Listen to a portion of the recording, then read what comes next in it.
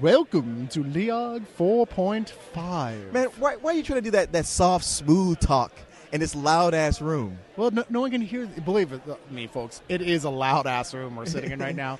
But thanks to the miracles of technology, you can't really tell. No, what you don't understand, I can't hear you either. What? Huh? No, I have earphones on. I can hear everything you say, but anyway, I'm now going to talk shit about... Okay, that's it. I quit. Hey, everybody. Well, welcome to the LEOG issue 4.5. Is this one? 4.5, 4.5, whatever. Right.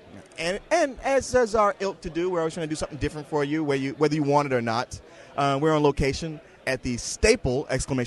Staple Independent Media Expo, which is a fancy way of saying indie comic book convention. Yes. Right here in Austin, Texas. And I'll be sending out Leon to go troll the floor since he's the old school comic guy. He used to do this for a living. True. Now, there's a bunch of new people here who I've never met, but You'll meet them. But hey, if you're working on something, what do you want more than promotion? Yes. Money. But the way to get to that money is by the promotion. So we're going to be grabbing people randomly, annoying them by dragging them over to our table and talking to them. Like I said, some of which you'll have heard of, some of which you won't, but all of which will hopefully be worth talking to. Right. And if you haven't heard of them, hey, this is a chance for you to get introduced to some new stuff. All right. So we'll be back shortly with more of what you've come to expect from us. Drunken ramblings with a guest you've never heard of. We haven't gotten drunk yet. Okay, I got to go get my whiskey. Yeah. And then the show is on. And then the show can begin.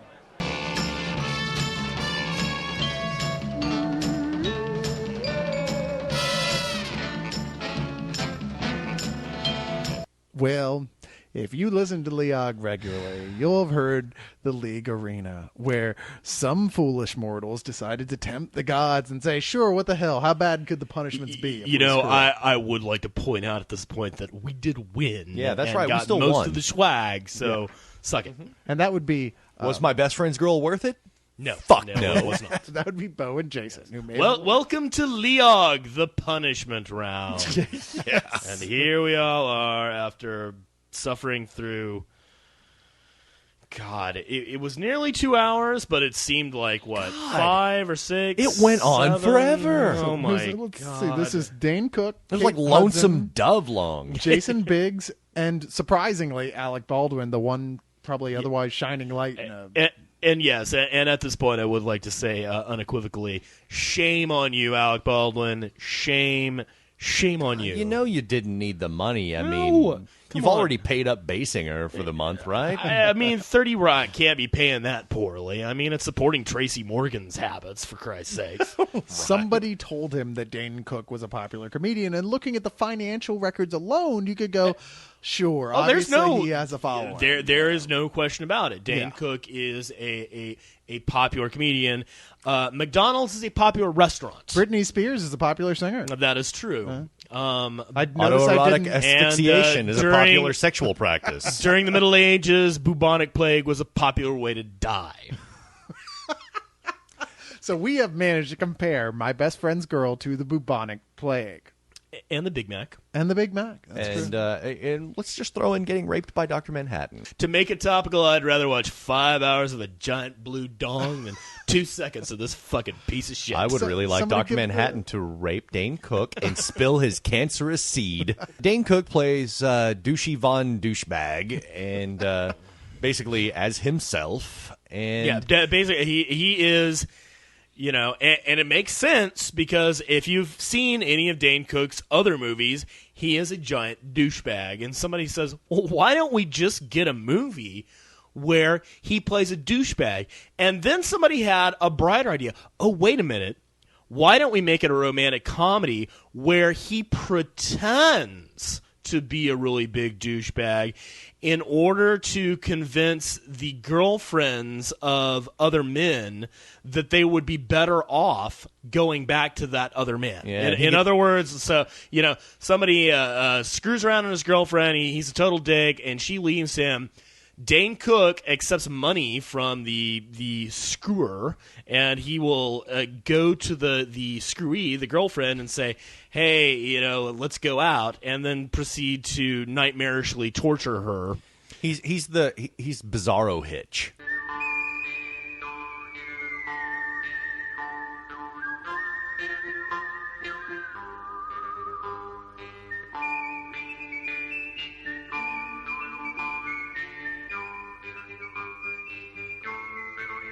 Okay, it's Leon back here at Staple, the Independent Media Expo, and Cyrus took off to run take his shit, so I'm going to try to work this equipment best I can. Now, there's a lot of you out there who listen to the podcast who are asking me all the time, like, what should I do if I want to be a comic artist? What does it take? Well, we got Matt Hawk and Marshall, what's your last name? Wilson. That's an easy name. Me and Matt, Matt, he came up with the story of Dreamers a few years back, and he wanted to put it in a comic book, and he was trying to find an artist for it, and we just kind of ran into each other at Wizard World, I believe, a couple years ago, and we just kind of talked about it a little bit, and he liked my art, and I liked the story. Gave it a shot. It's a horror book, and I've never done horror before, so I got to say, you got some phenomenal artwork. I mean, I was just walking by and it caught my eye, and it's got kind of a manga style, which normally I'm like, not this again, but this kind of had that look of like Cowboy Bebop or Samurai Champloo, and I was like, just started to check it out, and you got some skills. You have really good anatomy and movement. The movement is amazing. It's very natural and fluid without having the stiff look that I see a lot of not the professional anime, but the people who want to do anime that they have. It's not so posed. Like every time I look at it, I can see where every body part is going. I do love that about anime. I mean, I never set out to just be manga influenced, but I mean it happened because I love the fluidity of it. And I mean, the only thing I don't like are the big eyes, so I took that out. Okay, now Matt, with writing, you're writing comics. What led you to that road? Just comic fan my whole life, writer my whole life, yeah, artist my whole life. Figured what better thing to do than so the paintings were yours? Yeah. Marshall did the pencils. I did all the painting. Okay, all right. So Dreamers is a horror comic that's a fully painted comic. Yeah. If people listening to this want to find it, is there a website? You can get them through my website, matthauck.com. Spell that? HOUK. Heroplex.net. Okay. bramarwill.com. Okay. You can Google either of us, and it'll take you to it. Now, I'd like to talk more about Dreamers, but you just gave me one, so I haven't had a chance to read it yet. But I'm looking forward to it. Yeah. It's and you guys got a lot of good stuff going on here. Now, you met at a convention? We met each other at a comic book shop that I'm a part owner at, and it wasn't until the convention that I was struggling with the last penciler and didn't like the way the book was progressing and time constraints, and was just like, Marshall, you take a look at the script and tell me what you think. And he was just like, dude, I'd love to take a stab at this, and just kind of pulled him out of his element. He's kind of happy, bright colors. Happy-go-lucky. Yeah, I make him do something. I'm like, I want quick sketches, spend no more than 10 minutes per page, very rough, very dirty. I'm painting over everything. Now, what you just gave is a great exercise for anybody who's wanting to get into this. It's the way to do that with the quick sketches, just almost gesture drawings, just getting the emotion down. And you can take that, set it away for 3 months, and come back and decide, okay, now I want to flesh it out. I want to really add details and draw it and fix some things. Yeah, I learned that from David Mack. He's huge on. Okay. He's huge on his sketches. He doesn't look at the paper. He moves very quick, and he spends less than a minute on his sketches. He says it takes out the unnecessary detail. I can see that, because looking at Dreamers, it does have a very David Mack feel about probably it. my biggest influence. Now you guys know the next step is hitting up some editors. I've done some of it, talking to some of the companies and stuff. For future projects, for Dreamers, just not so much, hey, publish Dreamers, but hey, look what we did on our own time, our own budget. And then they're like, hey, that's cool. You guys, it's better than showing me a portfolio. That's what I try to tell people all the time. An actual printed comic, even if you publish it yourself, is going to open a lot more doors than just a portfolio. Hands down. And I don't know if they told you this, but nobody really wants to see pinup drawings. Anybody can do a pinup drawing. You could trace one or draw a nice one. Exactly. Good. Well, hey, I'm glad to have you guys here. I know you got a table probably with people crowding around wanting to ask the same questions I have. But thanks for coming out. What's the websites that people need to know to go to? The store I own is heroplex.net. I'm on MySpace. I'm on Twitter. You can Google me. I'm not hard to track down. All right, man. That's about enough. I want to know about the artwork, not how to date you. But that's why I do the art. Networking website. You got to figure something else out. Be a firefighter or something. That's the most inefficient way to find a date. Dude, you don't like these chicks walking around over here? I mean, look at them. I mean, come on. Okay, there's some nice ones. I'll give you that. There's like 2 nice ones.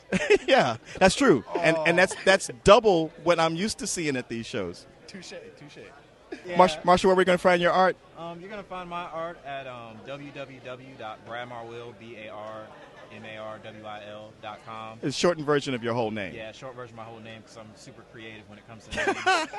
Right on. All right, fellas. Well, thanks a lot for stopping by. Well, thank you.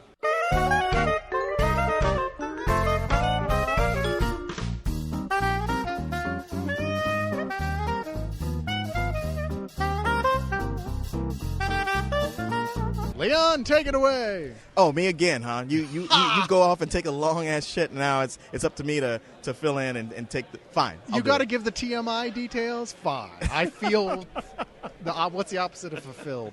Okay, so we're back at Staple, and we got a new creator up, Mr. William Cardini, who's a good friend of me and Grant. So we had for a while. I asked him to do us a favor and come over here and share some kick a little knowledge to us, to the rest of the kids who want to make comics. Now, William, you are you with a group of guys, or are you doing this on your own?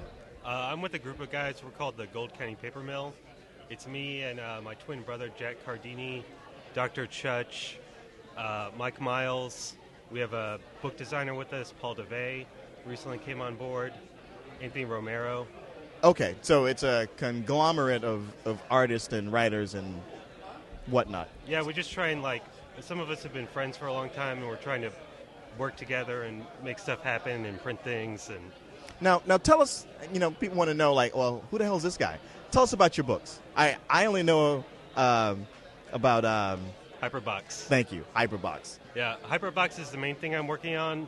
Right now it's a interdimensional journey through transformations and levels of reality. And Whoa, wow. Hold on. Okay, so so William, or should I call you Bill? You do a lot of drugs, I take it. Actually, I'm clean and sober. But you used to. How many days now? Hey, wait, which chip do you have? I'm on the 12th step. Do they have that for LSD? I didn't know. I guess you wouldn't want to have a chip because somebody might try to put it on their tongue. Are we talking about this is a philosophical book? Or I try and put philosophy and my ideas about spirituality and reality in there, but it's really just supposed to be a fun, kind of trippy adventure. So are we talking about are these people astral projecting, if you will? Is this the Dream Quest of Unknown Kadath, the comic book? Not really. It's about my real life alter ego, Mark. Okay. And he's just hanging out in Austin, and he's walking along the street, and he finds this object buried in the ground, and he takes it home and he plugs it in. And I call it the Hyperbox, which is where the name of the series comes from, and it transports him to the Hyperverse. Where he encounters the Mizard and other hyper beings and hyper gods and this frog character who kind of guides him through it. Now, if I'm not mistaken, this is kind of very Jack Kirby Fourth World influenced. Oh, definitely. I love Jack Kirby, and the Fourth World is a big influence on me. For the artwork, I'm more channeling Fort Thunder and Paper Rad, and especially Matt Brinkman. He's a big influence on me. I used to do them with felt tip pens, but I've been doing India ink brushwork lately and trying to make that look real clean. Okay, now, if people listening to this want to check out some of this online, where would they go? They can go to thegoldcountypapermill.com. If they want to just check out my stuff, I have a new mini out for Staple called Trans, and it's shorter. It's only about 12 pages, and it's just, you can kind of see my drawings and where I'm coming from. Now, William, you guys don't work with the idea of we hope we get picked up by Dark Horse or IGN or IDW. IGN. I'm sorry, I keep getting IGN and IDW mixed up. Or just, you aren't looking to for a deal with Image. You guys are kind of out there doing your own thing. You're really putting your heart and soul in it, and Definitely. Publishing these comics or mini comics yourself and selling them in comic book shops. Yeah, I mean that's the goal. It's DIY. Take control of media yourself. If you don't like it, make it better. Huh. I like that. Yeah. You guys are mavericks. You should That's totally right. be doing Spider-Man. Yeah, well, You're off the beaten path. You're doing comics about man's search for man within his own spirituality. Let me ask you this: from the depths of where you come from, what Spider-Man story would you write? Well, Spider-Man. My You're favorite like, Spider-Man why am I character- being asked this? What does this have to do with the Hyperzone? Hyperbox. Hyperbox, sorry. Hyperbox, Hyperverse. It's We're the, all we're the hyper. worst. We're the worst host ever. I know. Well, it's just because I got no sleep last night. But anyway, I'm sorry. Go ahead. So Spider-Man, my favorite Spider-Man villain is probably Venom, and I really like. Ooh. You've done it now. Leon's no. mad. I'm not mad. I'm just Go ahead. No. Go Go ahead. You're not a fan of Venom? Not really. But I go like ahead. Venom. I just don't like all the other symbiotes. Oh yeah, well I mean they totally took it overboard in the 90s. But, Sure, but okay. Venom. What would you do? But so it'd be about his symbiont, and it kind of, I guess, it would replicate and kind of take over the world, and it would become this symbiont that's taking over people, and they're becoming zombies and monsters, and just. Wait, didn't they just do that in a video game? Did they do that? Well, they had there was Web the of thing Shadows in or the, There was something? a thing in the Avengers though, where the symbiote came right. down from the satellite where Yeah. Shield was keeping it, and it turned all these dinosaurs from the Savage Land that had gotten Are you accidentally serious? teleported into New York. You had to go a long way to make this work. God, all that these sounds things so happening stupid. at once. So there's raptors and T-Rexes with the Venom symbiote Sure. on them, ravaging the streets of New York. That sounds awesome. But anyway, well, thanks, man. Thanks for coming and talking to us, promoting your book. Thanks for having me on your Yeah, show. yeah. William Cardini and Hyperbox, and tell us one more time where to find you guys. Yes. The goldcountypapermill.com. Right on. Thank you. Kick ass. Thank Thank you.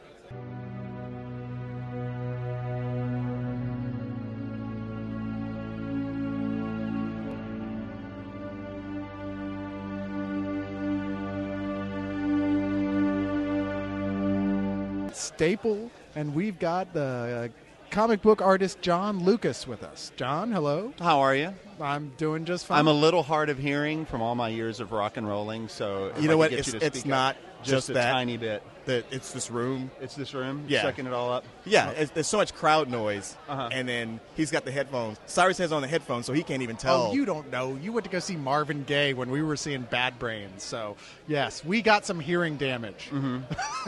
Well, be that as it may, And it may. John Lucas is one of my oldest friends, and he and I got into comics around the same time. Only he stayed with it.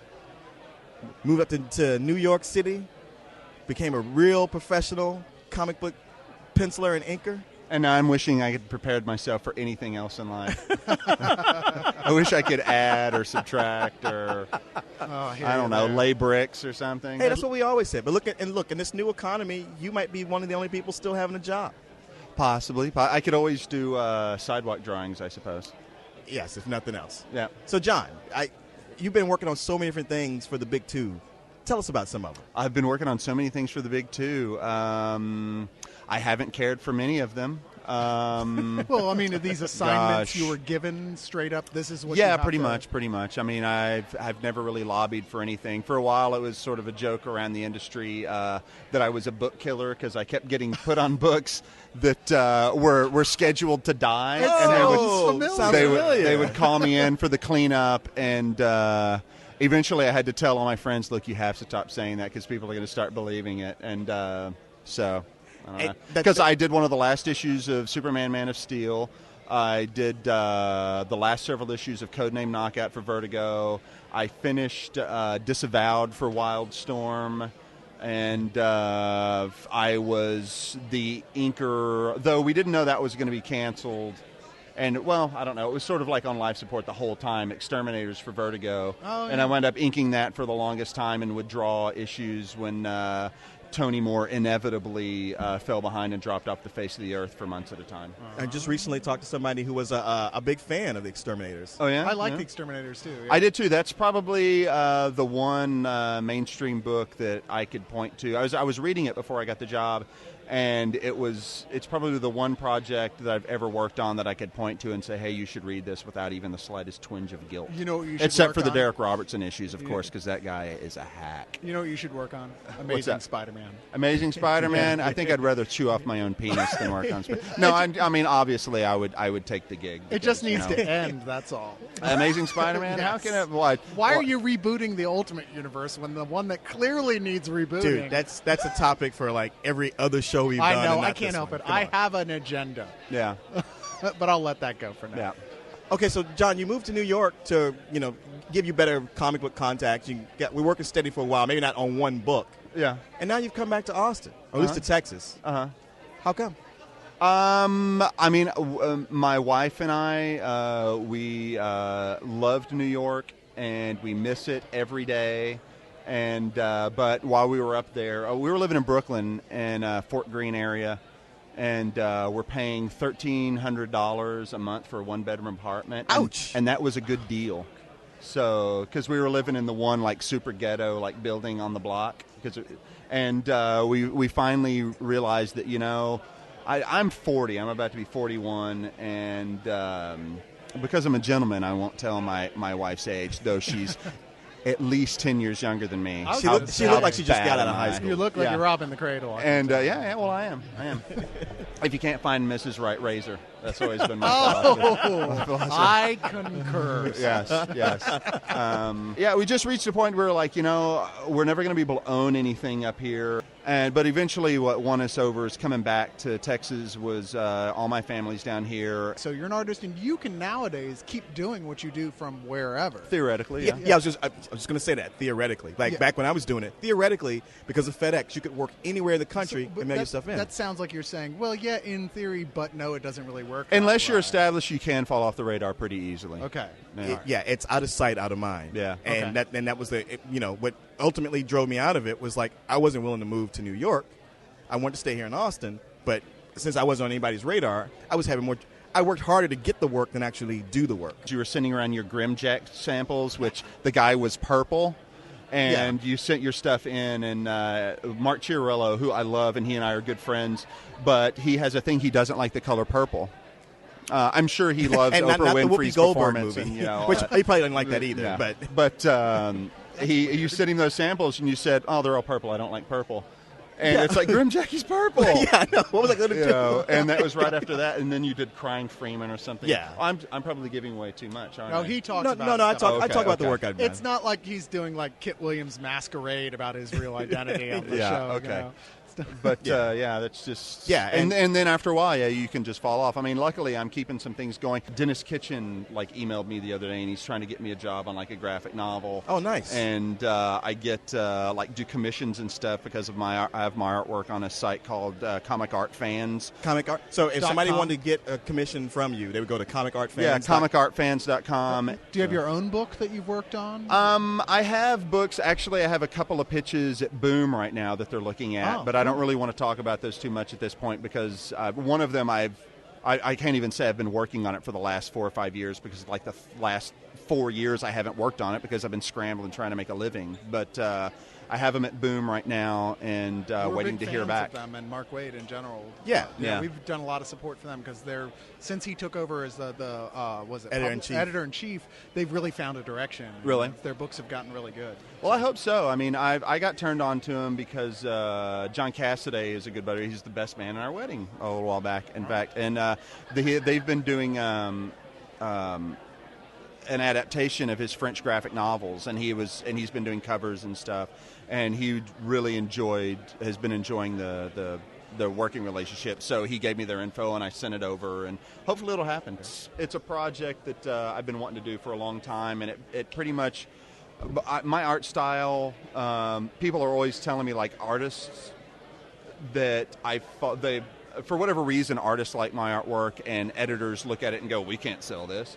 Okay. And a good buddy of mine who's here, Nick Darrington, who's a really great artist, he was telling me at a party a little while back, and he's told me this before, and other people have told me, that I've sort of fall into this weird in-between world because I'm too mainstream for alternative guys, but I have too much of a quirky alternative I can totally see that. for mainstream people. And I'm always told, well, your stuff is too cartoony by the mainstream guys. And the main project that I really want to do is really me incorporating every influence that mainstream comics is repulsed by. There's a talking alligator in it, and I'm never going to explain why there's a talking alligator in it because he's going to be a red flag to the reader. If you can't just accept the fact that there's a talking alligator in this dressed like a Kentucky colonel, then this probably isn't the book for you. It's, okay, sometimes putting something really different, like a different look for art, like cartoony art, can save a book, or at the very least make it memorable years later. What was the one, was it X Factor or X Force that they had the team that took it over, and it was kind of cartoony? Oh, the Mike looking? Allred, X Force, and then they Which changed it to Ecstatics. Which is awesome little run, and it totally reinvented that series where you didn't even need to read any of the because I didn't books. care about it until he did that. And then Paul Pope did a fill-in, and Duncan Fegredo did one. And well, I maybe think, that's why they keep giving you Darwin dying Cook books. did one. They hope that you're going to reinvent it. Well, no, I don't have that much clout or that interest, I don't guess. But, hopefully one day. The odd thing it'll be is, and I'm making my list because I'm holding my grudges against editors, is I'm hoping that I'll put my books out and it'll at least be a critical success, hopefully enough of a financial success that I'll be able to tell some of the editors that have not liked my stuff to go piss up a rope later. Hell yeah. Yeah. I've always wanted you to, really tackle your own book, with characters you had, like the Veteran. Is this thing national? Is anybody even going to know? No, the Austin American Statesman. Okay, the XL. Austin American Statesman is it's like a paper in Austin, and they did an insert to compete with a local free paper that's sort of like Austin's Village Voice, I guess. And at first they were starting off doing strips by local creators, and I did a thing called Hero Squad. And there was a character called the Veteran who was this whacked out of his brain Vietnam veteran who was looking for all of the kids that that's way too much story for you, but it was a strip in the Austin American Statesman. And I actually wound up redrawing that story. Oh, did you? The final Hero Squad story where they fight the giant meat golem. Yeah. And it was printed in a book called Project Superior by a company called Ad House Books. It's like nearly impossible to find now, but it's a really cool book. It's got a Paul Pope story in it and a John Castay story in it, and if you can find one, it's kind of cool. And of my own things that I've done, that is the one thing that I would point to and say I'm proud of this. See, the sad thing is, we got to run through so many people through here. I know, but it's obvious he's got a lot of great. He's got a lot of great stories, and I'd love to get John over for a regular, full episode of LEOG where we could just reminisce and talk about all these old stories. Saying, not the least of which, because we love the Boom stuff too. We want to promote them, but the obviously the Boom stuff. We love those guys. We love promoting their stuff, and I really hope you do get a book with them. Yeah, because we'll talk about it every week. But even so, whatever you end up doing next, please well, right let us now know I'm inking the Fear Agent is coming to an end, and I've been inking that, and the last 5 issues,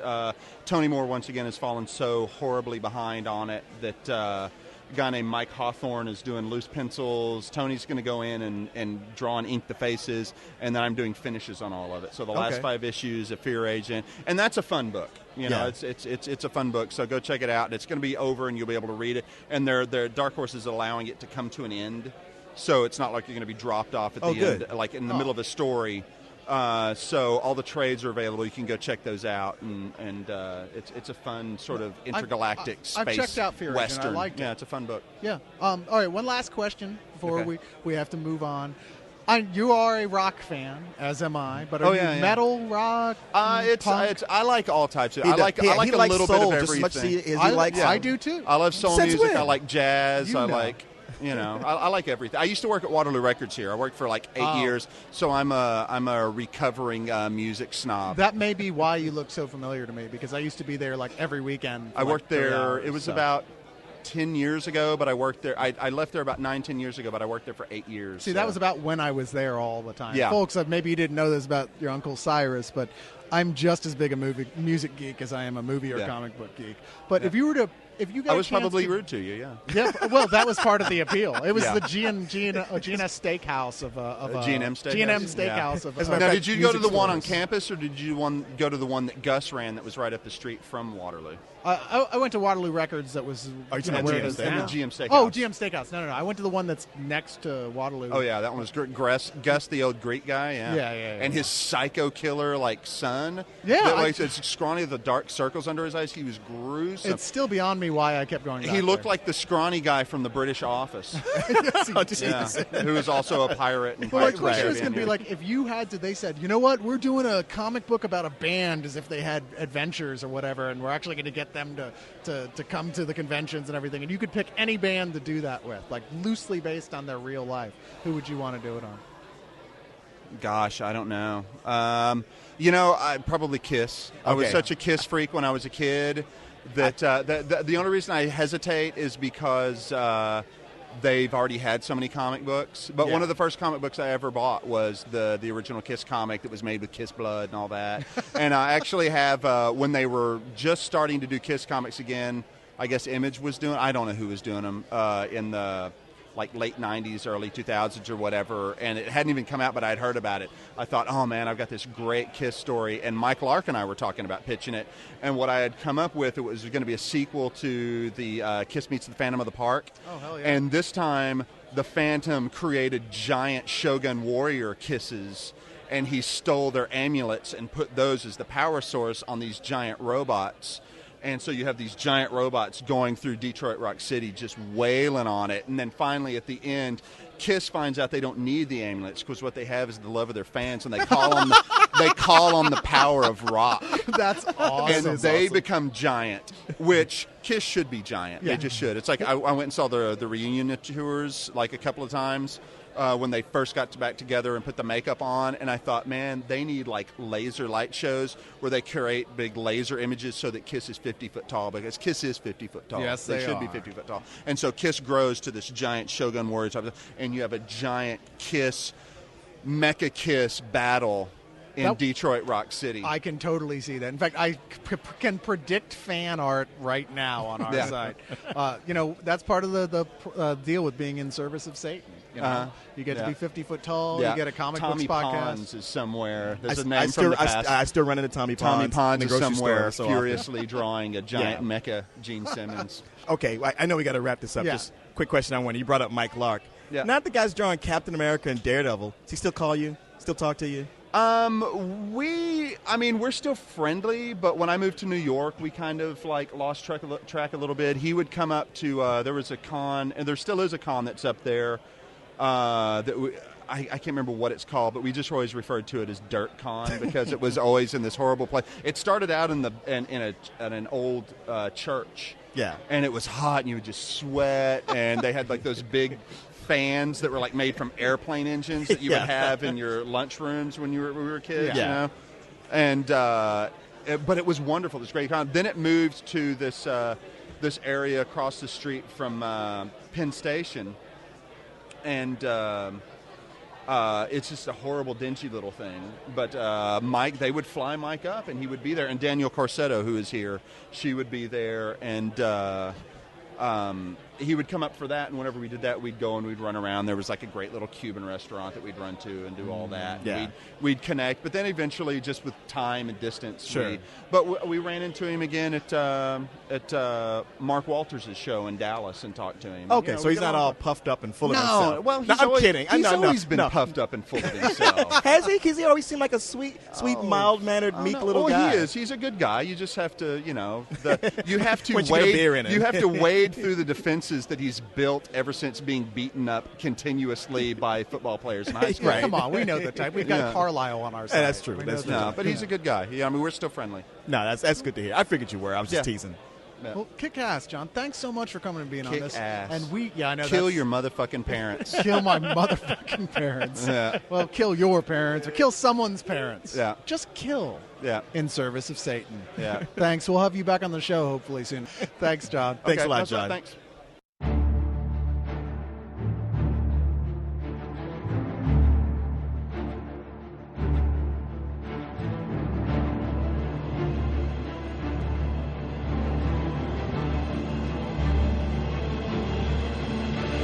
So is there any evidence that Dane Cook has any actual talent on any level? You know, any he- discernible level? Not in this. He did okay in Mr. Brooks. Looking back on it, and it's atrociously written. Let me put that right out there. But there are every now and then there's a good little line, and when Alec Baldwin delivers it, because Alec Baldwin is an actual actor with some talent, it's funny. Dane Cook can't do it. In fact, he not only can he not do it, but he runs over his good lines by just having the stat, "Oh, I'm a complete asshole delivery," which is his level 1, and then the I'm so confused, why am I such a douchebag, which is his level 2. There are no other levels to Dane Cook. Yeah, no. as far as I'm concerned. Yeah, that is a very good point. I mean, this movie was cranked out like a fucking Mad Lib. It was just like, okay, let's enter romantic comedy into this blank, and then we'll say Dane Cook and Meg Ryan. Oh, Meg Ryan's unavailable and too old and has freakishly engorged lips. Who do we... Oh, well, of course, Kate Hudson. Kate Hudson. Who can't say no to working with anybody, no matter how terrible they are. Oh, no shit. I know. It's just like... Why hasn't she been in Uwe Boll movie yet? Yeah, exactly. The good people have been in Uwe Boll movies. Yeah, You're telling me Ben even Kingsley Uwe Boll's is like, not not so so much much. Kate Hudson. No, we don't like her. Bad romantic comedies attract Kate Hudson like ferrous metals are attracted to magnets. I just don't even think she's all that cute either. I mean, I'm not. I used to be a big boob man. I'm not anymore. I actually like them smaller now. But her boobs are so small they're actually on her back. I'm glad I'm not the one that had to say it because I really wanted to. Well, that's no problem because you will not see a boob anywhere in this movie except for the strip club. The strip club scene. I was very surprised about that. Yes. Yeah. Well, this is the unrated edition, so possibly it wasn't in the and Dane Cook, when Jason Biggs plays Patsy Milquetoast. Yes, he plays Patsy Milquetoast, who is the nominal best friend of the title. He's in love with Kate Hudson, so he hires his roommate and cousin, kind of. Which never made any fucking sense. Which never made any sense. They never bothered to explain that. He's like, oh, we're cousins, but we're not blood related, but we're still cousins. And it's just like, okay. Thank you for the completely unnecessary backstory. It's like, yeah, whatever. I don't care. Is the movie over yet? You could have a butt child and it wouldn't be a mutant. You know, Is that what you're saying? well, it's not like my cousin's girl. It's my best friend's girl. Why couldn't you just be best fucking friends? Now, I'll tell you this about the good thing about Jason Biggs being cast in this film is that he actually makes Dane Cook seem like not quite as bad of a douchebag, because in his little whiny, irritating, I just want to do the right thing to woman, I don't want to abuse a woman's trust, he actually ends up being 10 times the douchebag dickhead. Oh, good. Dane Cook is. I seriously was watching this going, oh my God, I want to take a crowbar to every fucking person in this movie. Yeah. Not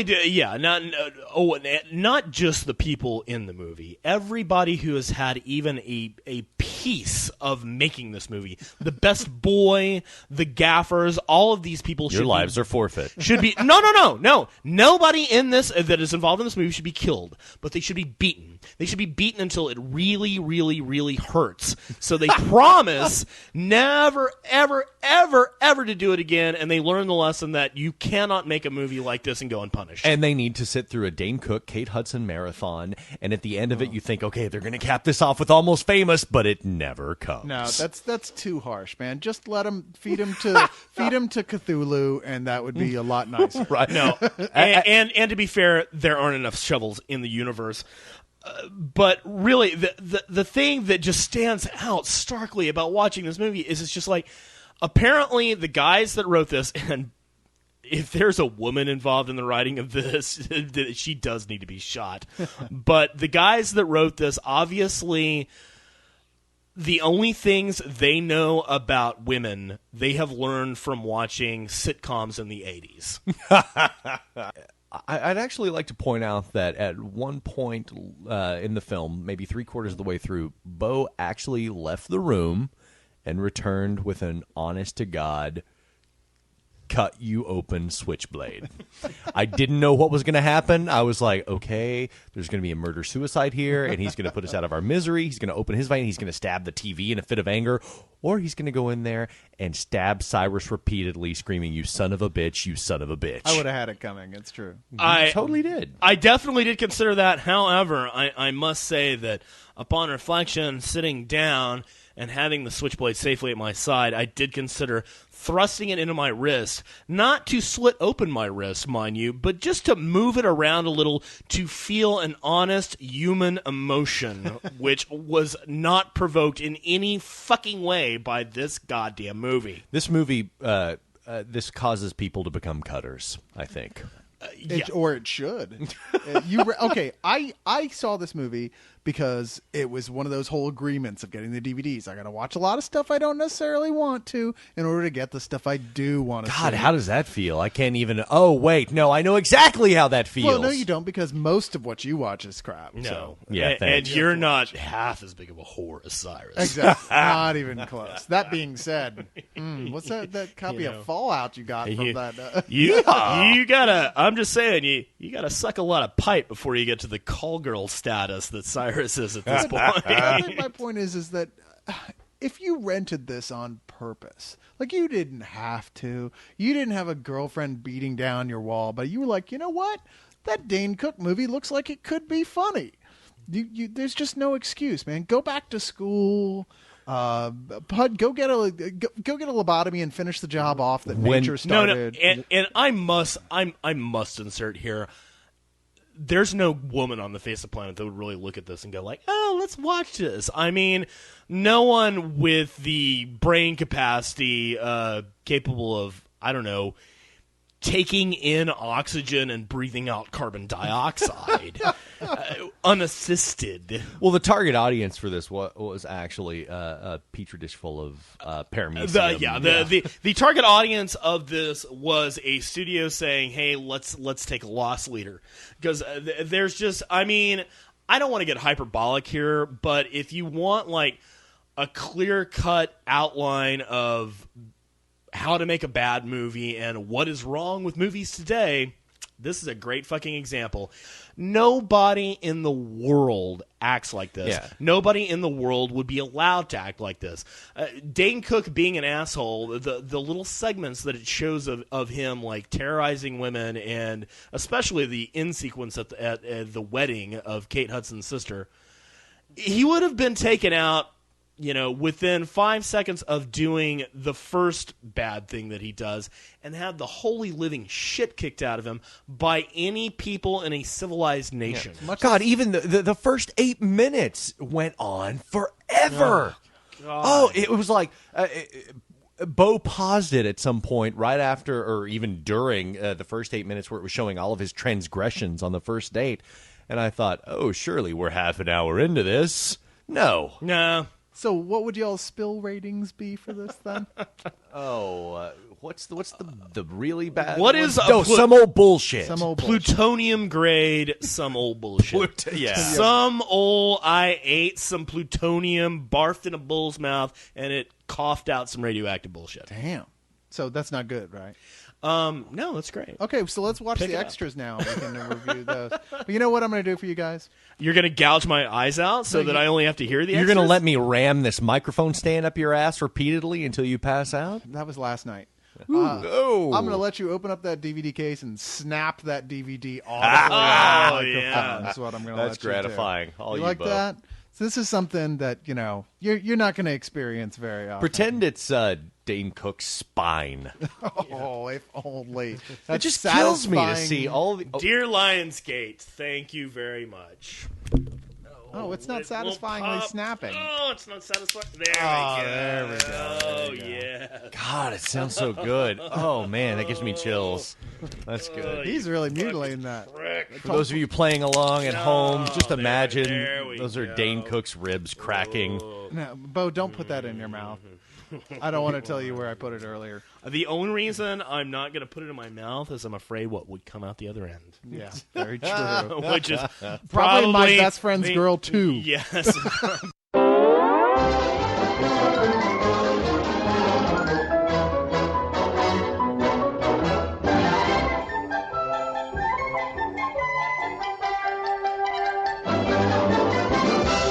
We're back again here at Staple, and this time we've got Paul Benjamin, whose business card says writer, editor, Wait a minute. supermodel. Whoa. You're Paul Benjamin? The Paul Benjamin? The Paul Benjamin I've been hearing about for the last 2 years. I'm serious. I'm not making a joke. Okay, I'm waiting for the punchline. No, that's not a joke. I mean, seriously, we run around in the same circles, but this is our first time to meet, but your name comes up to me all the time. I don't know what to say to that. He's That's obviously going to give you a good review on your right? little dating Okay. card here. Yeah, no, clearly, like you're one of like the leaders around here, because a lot of people mention your name, and people ask me all the time, "Oh, you know Paul Benjamin?" Like, there's like this, I don't know what it is, like with the circles I travel in, there's always like some guy within every genre where everybody assumes I know this person. I hear and you. I don't, but then I meet him and go like, oh, you're that guy. My master plan is working. It's all coming together. If even Leon knows who you are, Yeah, you must be somebody. you're famous and you don't even know it, at least amongst your peers. So what did you hear about Paul? Well, about him working on comics, and did you have a children's book that you're working on? I do Marvel Adventures Hulk. I did 12 issues of that for Marvel recently. Wow. Okay, maybe it was mixed in with that. I but- wanted to ask about that too, Marvel Adventures, because I haven't read any of it. Now, this is the Marvel superheroes line that's meant for younger people, right? Well, technically, it's the all ages line. So it's kids 7 to 70.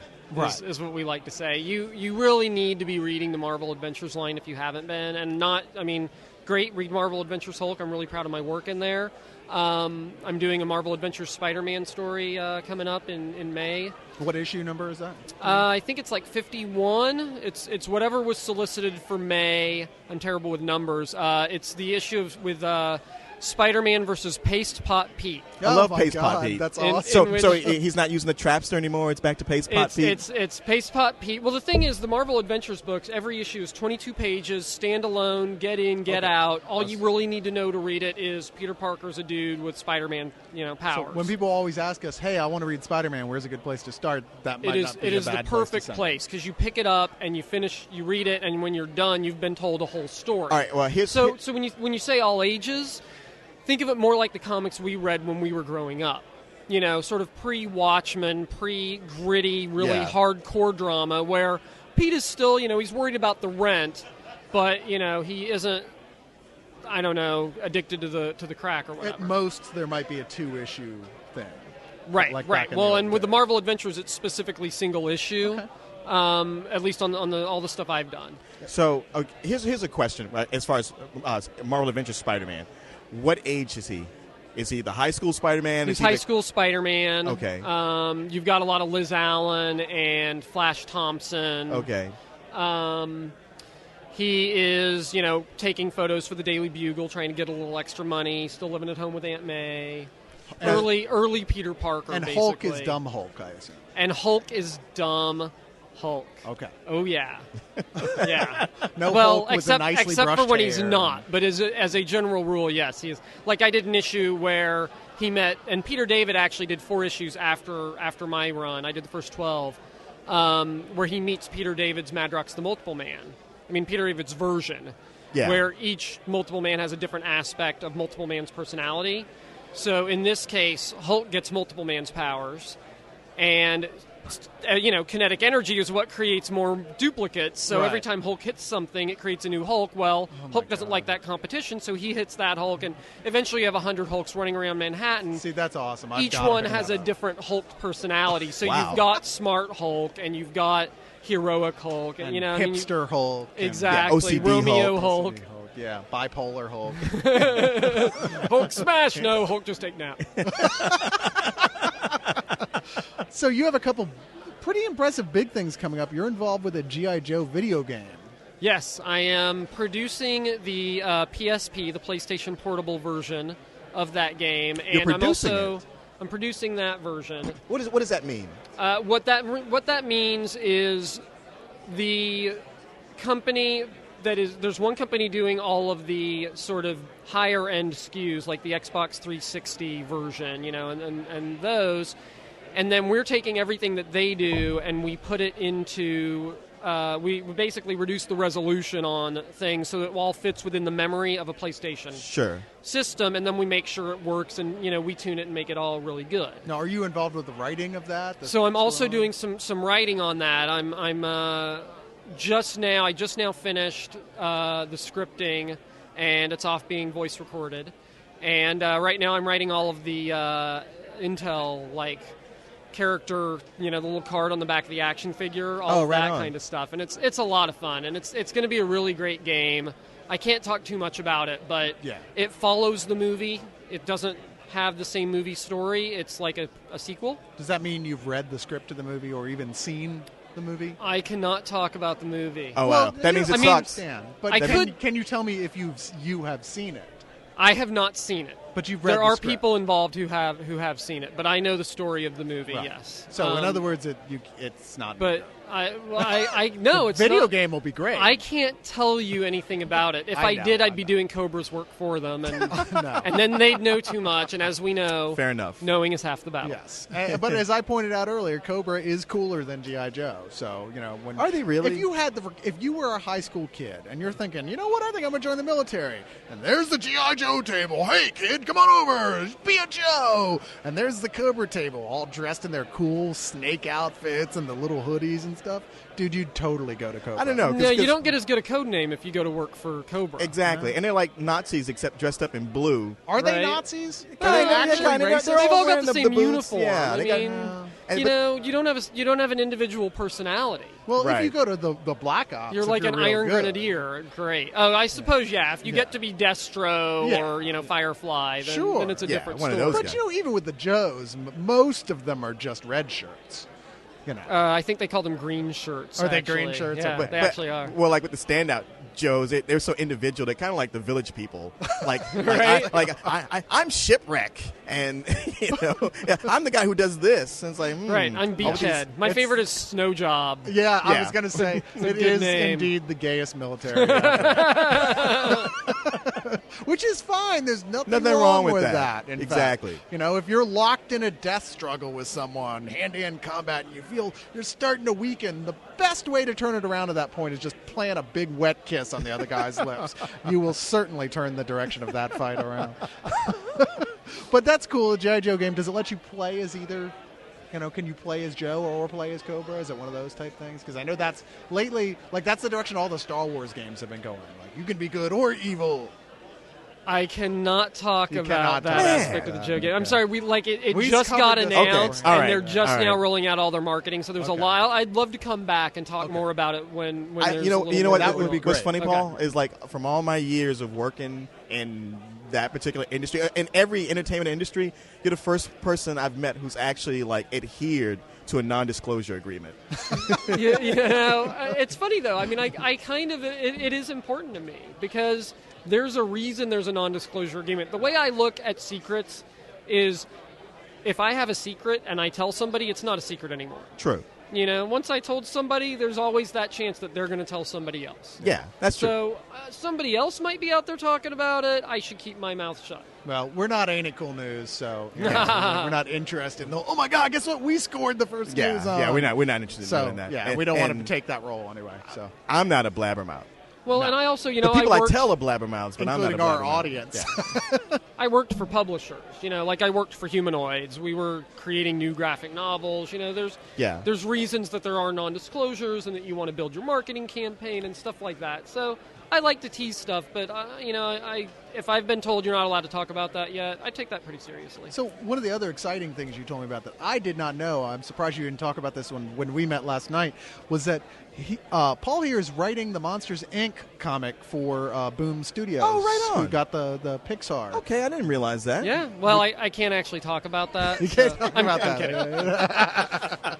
kidding. Okay. I am indeed. My editor, Paul Morrissey at Tokyo Pop, he was my editor on Pantheon High, which I is know you're a very manga proud series of. I'm very proud of. High School for Demigods in present-day Los Angeles. Indeed. Paul left Tokyo Pop and went over to Boom, and we started talking immediately about this Pixar deal that they're doing, and it is just amazing the books that they're doing on all of these different series, and they're great. Yeah, I couldn't be I've- more excited about Mark Waid writing The Incredibles. Mark Waid's Incredibles, yeah. My friend here in town, Alan Porter, is doing the Cars series. okay. He's here. I didn't even know that they were doing a Cars series on that. They are.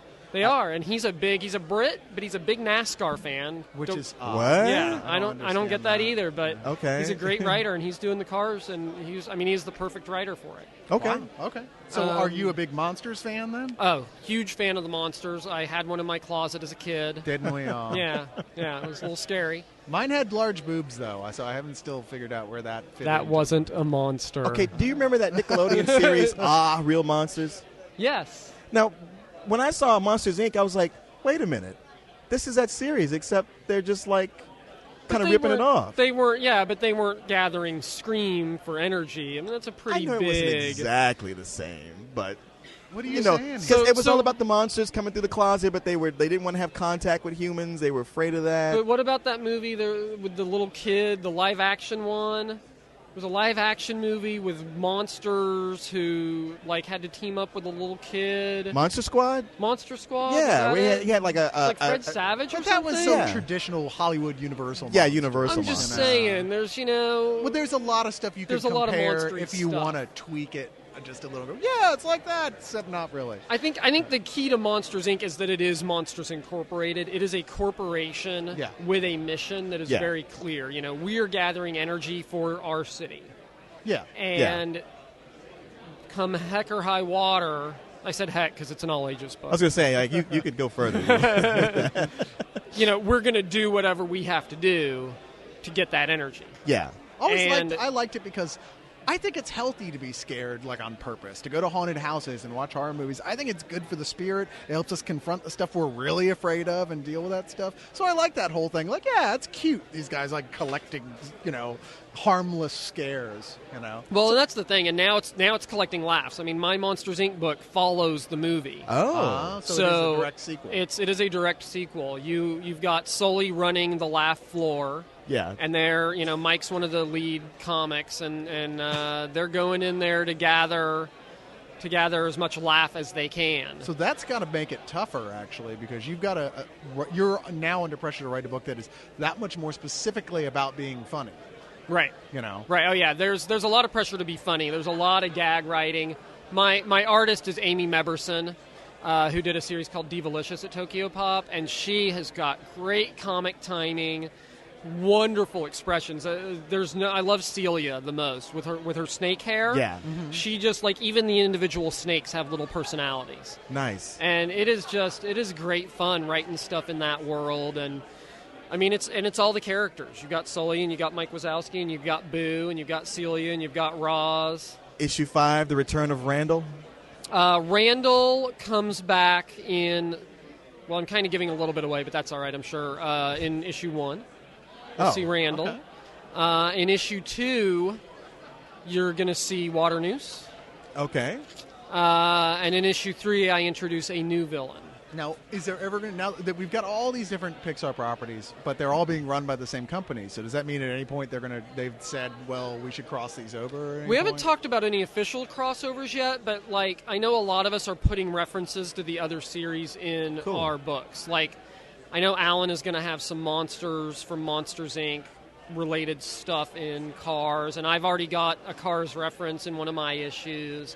So there's a lot of, if you watch the Pixar movies, they all have references to the other films in them. Yes, they do. So, you can expect that in Monsters Inc. you might see, a Woody doll or something like that. Yeah. In that fact, kind of thing. Every single Pixar movie has a reference to Toy Story in it. Every single one of them at some point. Even if it's tiny and you've got a freeze frame to see it, it's there. It's there. Yeah. Exactly. Well, let me ask you about something that we have never, ever talked about on our podcast. And you know something about, because you do it, is manga. Although, I'm confused because I'm like, wait, you're not Japanese.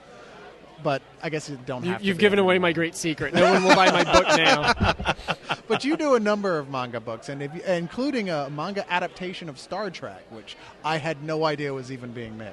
Yeah. They've Tokyo Pop's been doing Star Trek adaptations where it's like an anthology. It'll be 4 or 5 40-page short stories all together in one manga-sized graphic novel, and it is a group of different creators, writers, and artists putting together these stories. And they've done original series and Next Generation. Oh, okay. And they might have done more than that. Those are the ones I know of for sure. No Enterprise, though, huh? Yeah, I don't know. I don't know if they've done Enterprise or Deep Space Nine, Voyager. I could see Deep Space Nine or Voyager, but come on. Even the fans didn't want to watch Enterprise. Yeah, they'll just go see the new movie. If you want Enterprise, just go see the new movie. So I imagine they're going to do a big push for it once the new movie comes out. or right around that time. Well, and it's interesting, actually.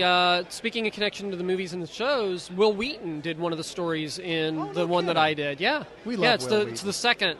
Yeah, isn't he great? It's a really weird nice guy. We for- did a panel together. He was really great. For a character I couldn't He's a have good cared writer. less about when the show was on, I certainly have grown to love him as a personality. Have you read his blog where he goes in Oh. and reviews the old episode? Oh my Oh, god, yeah. hilarious! Yeah. Hilarious. If you guys aren't reading the Will Wheaton blog, oh my God, is it funny? It's a willwheaton.net, right?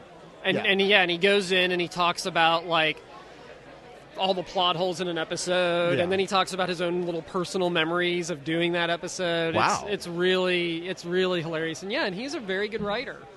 But let's hear about the stuff you wrote. So my story, I'm sorry, I was an editor for so long. I'm really used to promoting other people. Indeed. So my story I did with my Pantheon High artists, Stephen Cummings and his wife Megumi. Stephen pencils and tones the book, and his wife Megumi inks it. And Okay. she is Japanese, and he lived in Japan for many years and learned to draw, in a more Japanese style. So our story, basically, Spock gets emotions. Well, Spock gets an emotion. He gets anger. Okay. And he finally gets pissed off at McCoy for being such a damned racist. That's funny. And I want to read that now just based on that. I'm like, it's a lot of fun. I mean, got you know, it. who doesn't want to see Spock and Kirk fight? Yes. You know? But And then- much less Spock and Bones. It's funny because Bones' whole thing is like, yeah, fuck you, goddamn Vulcan Right? piece of shit. You I think green-blooded. McCoy, he's got emotions now. Oh, fuck. Oh, Take it all Spock, back. you know I was kidding about that, right? I'm just kidding, man. I love you like a brother. You know that. Shit.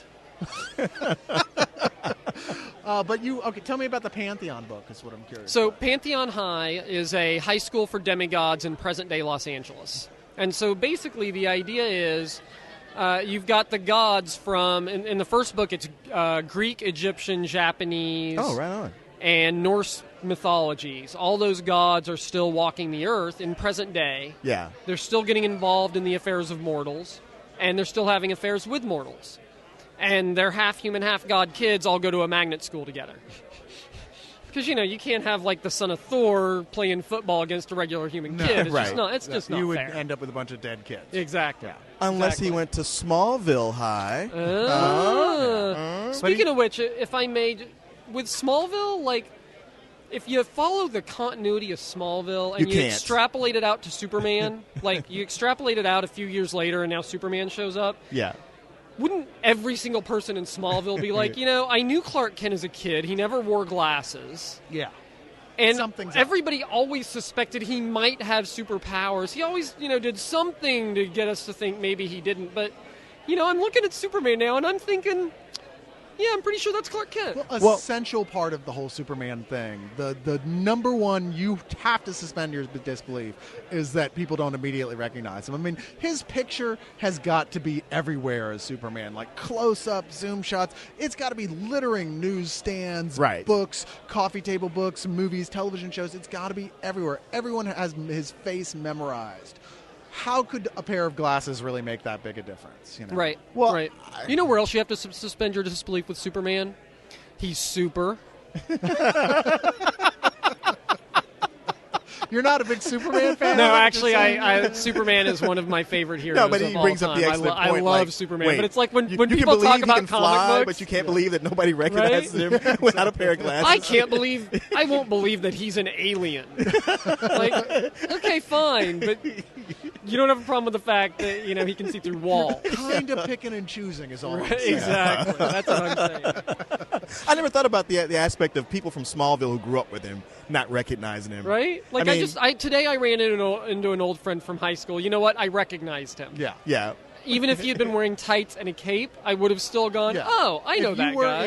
in wherever where's Superman live Kansas, now? Smallville. No, Metropolis. Metropolis. And suddenly you fell off a building and Superman saved you and he was carrying you down the street and you looked up at him and you're like, oh my God, Clark! Holy Right? shit! I haven't seen you It's in been so 20 long. years. Huh? What are you up to? Yes, but then he'd have one of his Superman robots dressed as Clark Kent down there to meet you. And you'd be Right? like, you think I'm falling for that bullshit?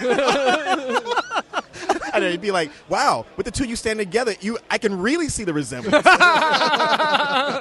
Clark, I didn't know you had a twin brother. Okay. So where can you get tell us where you can get these books. You mean manga, this mysterious form that you have never seen before? Yeah, I or- don't. Actually, I'm curious. Do you do the left to right, the different? Cause So Pantheon High is a regular American comics format. It is not what we would call backwards, and the Japanese would call correct. That's the biggest thing that's held me back from reading a lot of it, because I'm like, my eyes keep going the other way. Yeah, no. There's Tokyo Pop has done a lot of, and there's other companies out there. They've done a lot of manga format books that are done by non-Japanese creators who are just very influenced by their love of the style. Yeah. Lots. It's I always think of Adam Warren. Stephen could draw. I mean, he has done manga that's actual backwards to us manga, but in this case, we did a regular American style. Yeah, I guess if so many people now are reading it that way, then it's almost weird for it not to be backwards like that or traditional. Well, that's the thing. I mean, if it's very huge with younger children. Yes. With tweens and teens. That's what they're used to. So for them, that's how it's always been. Yeah. So do you have a website where people could order specifically your stuff, Paul? Yeah, you can find my stuff at. I laughed when you said, "Are you the Paul Benjamin?" It's www.thepaulbenjamin.com. Is it really? That is my website. Well, paulbenjamin.com was already taken. So okay, I swear to God, I didn't know that before. Actually, I swiped it from my friend. I had a friend in high school who was always the Jeff Thomas, and I was that Paul Benjamin. And then once we went to college, I started being the Paul Benjamin because it didn't make any sense for me to be that if they didn't know the person who was the.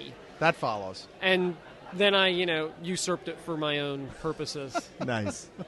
Well, thanks so much for joining us, Paul. I really appreciate it. And plus, Paul hung out for like 15 minutes while we were talking. I know, we told him it'd be 5 minutes. Well, yeah, but I hung out and listened to an interview with John Lucas. And yeah. John and I are old friends, and there's nothing better than listen to John snark about comics. See, John and I are old friends. There's another person. You and I are clearly in the same circles. Yes. Do you live here in Austin? Yes. All right. Well, clearly we just need to hang out. Yes. All yes, right. we do. Indeed, you should come and hang out sometime. We do the podcasts. We have everybody over. We drink beer. Oh, man. We eat a bunch of food. It's like having a really cool potluck with a bunch of geeks. You have named all of the things that I like to do in my spare time. I would love to join y'all. Man, we would love to have you. Okay, that'd be a great feather in our cap. Cool. Well, thanks. And thanks, Paul. Talk to you soon. All right, thanks, guys. Appreciate it.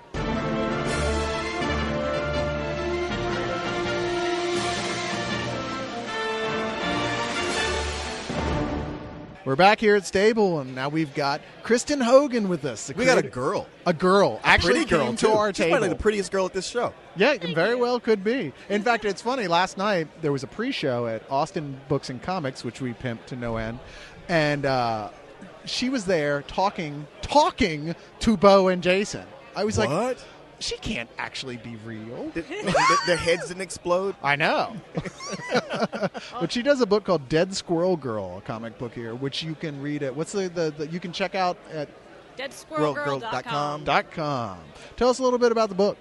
It is now 10 years old, but the first book got published in 2006. The characters are my sister and myself. And the reason why she has a squirrel in her head is she decided her hair needed more body. Yuck, yuck, yuck. And the joke's so old now. Yeah, I'm like, but you know what? I kept running with it, and 10 years later, I've got this book that's really well received. So I'm like, I'm glad it's funny to you guys. Who publishes that book? Who publishes that? Me. You? Okay, Me. you're self-publishing. It's self-published, yes. Right on. And if it's going for 10 years, you must not be doing too bad. Yeah, it was just one of those things that I started drawing it from me and my sister, and people liked it, so I'm like, I'll draw some more. Now, I'm going to go out on a limb and say the reason it's successful, if you did it for yourself, but it got successful, is because not only are you talented, but you've hit on a universal theme that a lot of people can identify with. Putting dead animals on their head. Dead animals on your head. And this is leading into the fact that the book is not just about putting dead animals on your head. No, it's not. That's the first page. And then we move on from there. The main story arc right now is the girls get introduced to some squids. And these squids are in danger because this cult wants to destroy them and steal all of their knowledge. And so the girls have to save the squids. No, I led in with a whole thing about universal appeal, and I'm kind of missing the So she universal sells a lot part. to the Japanese. Yeah, okay. There we go. No, Jeff, we were talking about this. It's funny how, like, you have those things that for whatever reason you grab onto when you're very young. You're like, you know what, I like this. Yes. And with Kristen, it was squid. And I have some weird stuff like that, too, where I'm just like, you know what, I can't even explain it. But I love this, and screw you if you don't understand. But you, like, you know what, skirt, that's what my comic book's going to be about. Yeah. And it's been successful because you Yes. have a real passion.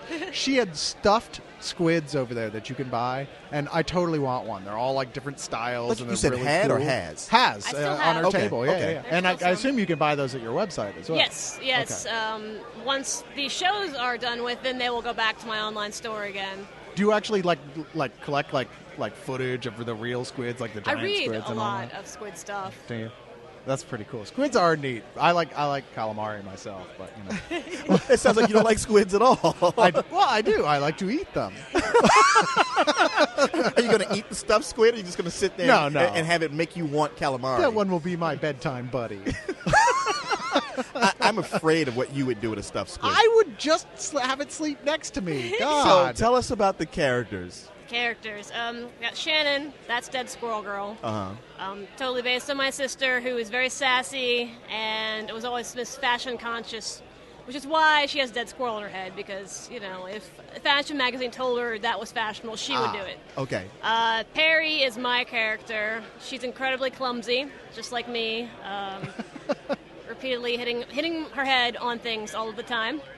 Some of the characters are based on Louisiana folklore because I'm from Louisiana originally. So we have a loup-garou, which is the loup-garou. I know about that. Cajun werewolf. Yeah. Oh, cool. Werewolf. Sorry, that's a running joke on our show. And then we have a werebear because he was playing with the werewolf and got scratched. Okay. So we have a werebear. Is there a were-squid at some There's point? not a were-squid. So you got to go there now. They actually had to get vaccinated so that they wouldn't keep spreading the were virus. Because they're responsible were creatures. Yes, exactly. Yes, exactly. We've got a woman named Yvonne who is based on Marie Laveau, who was the voodoo queen of New Orleans. Right. And she is married to a Cajun leprechaun named Patin. I love And this. They live in the swamp. You have to get to their house by a pirogue, Okay. which is a little This boat sounds like for those something of you who Jerry don't Reed know. would write a song about. I think this may be the only, New Orleans mythology comic book there is. There's not much. I started reading about all this Cajun folklore, and the reason why I chose the loup-garou was in Cajun folklore specifically, he is afraid of frogs. Huh. And I thought that was so hilarious that my loup-garou is just a coward. He is just scared of everything, and if he sees frogs, he runs away. That's awesome. And the other part of his legend was if you want to catch him, you hang a strainer on your porch, and when he walks by, he has to stop and count every single hole in it. Jeez. And so you throw salt on him while he's doing that, and he catches on fire. Which And is that's- similar to the vampire It's thing. similar, With the yeah. classic vampire, you would leave like a handful of seeds on the floor or leave a rope tied in a bunch of knots, and they're so OCD they will sit there and untie the knots or count the seeds, and hopefully the sun will come up during that period of time. That sounds like something like a myth that a vampire himself would spread. Yeah, right. Just to catch people Here, stupid enough to this'll do that. Stop me. I never say this, but I would actually like to see a video game of this comic book. That would be fantastic. I know, That it's would be like lots of fun. Are That you would be listening, cool. That our would be video fun. game producer Yes, friends? video game people. Well, Contact me. there's what is it? Psychonauts. Did you ever play that game? A friend of mine owned it, but I never got to play it. But it looked so much fun. Wonderful game. It's one of those games that manages to be really, really cute and yet have such depth in it, so much neat stuff. You're like, you just want to know more about this world. And this sounds like that same type of thing where I'm like, well, it's cute, but at the same time, there's so much going on in it. That is so awesome. Well, thank you so much, Thank Kristen, you. for talking about this book. And tell us again where everybody can find your stuff. You can find it at deadsquirrelgirl.com.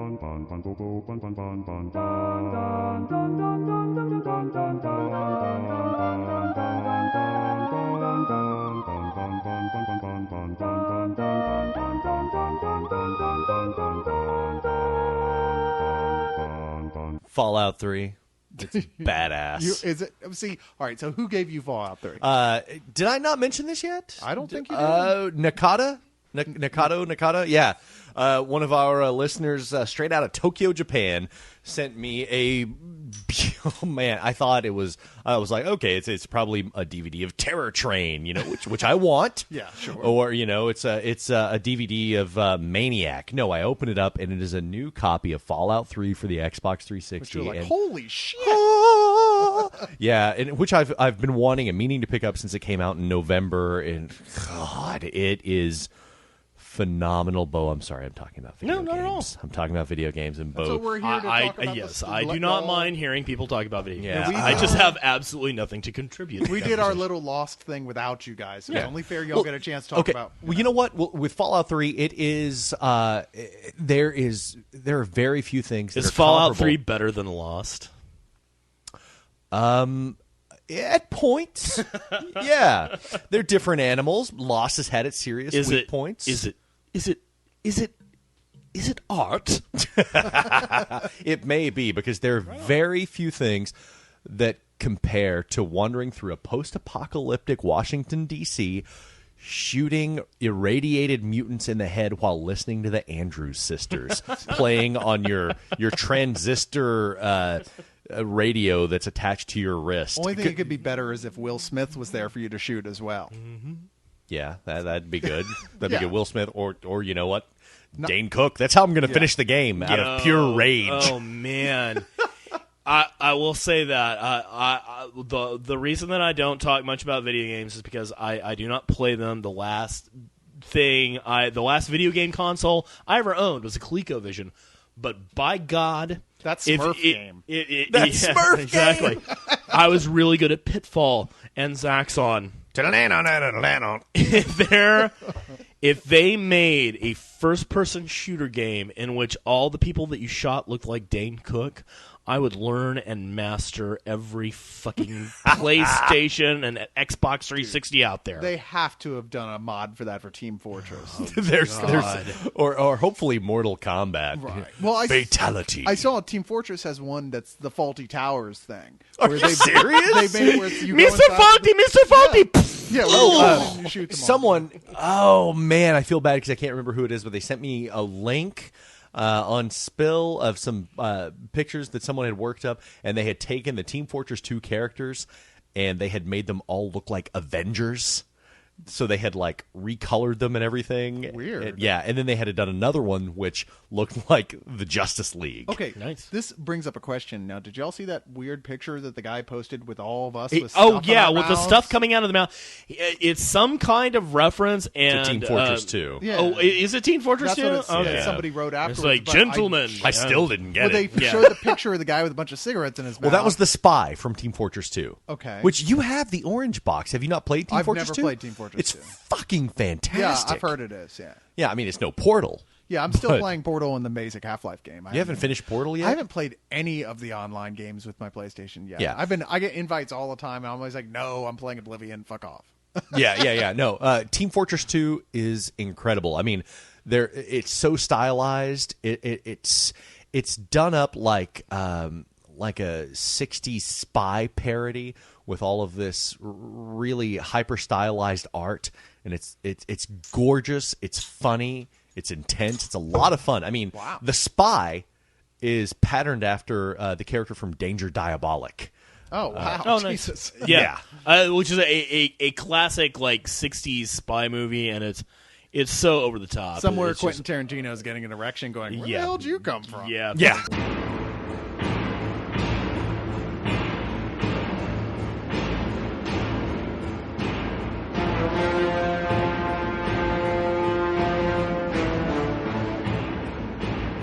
Okay, as a good follow-up on Paul Benjamin, we got a guy who works as sort of his partner, another big-time writer, Alan Porter. I don't know about big time, but thank you. Well, are you getting paid to write? I'm getting paid to write. There you go. There Okay, you that's go. the big time, is it? It's officially the big time.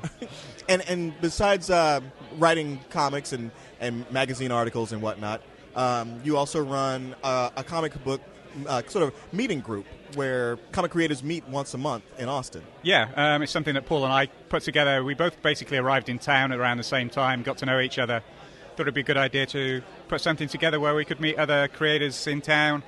So we once a month we meet at a coffee shop, and basically it's open to anybody who's got at least some professional writing or art credit, and we just basically shoot the breeze. And what really surprised me is the number of people in town who do comics work. I think our mailing list currently is up around 55, 60 people. Austin has always been like a big comic book town, at least where comic book creators gather, and it comes in waves. Sometimes you have a lot and it kind of dwindles off, but then it comes back again. I mean, this is probably like the third wave that I've lived through since I've been here. I've heard that. I mean, I've heard, like 10 years ago when Willingham was in town and Shannon Wheeler was in town and stuff, and then it sort of died. And I've been in town 4 years, and it's definitely I've seen a definite increase in the 4 years. Since thanks I've been a lot for moving away, Shannon. Yeah. he sort of was like the nexus of all of it.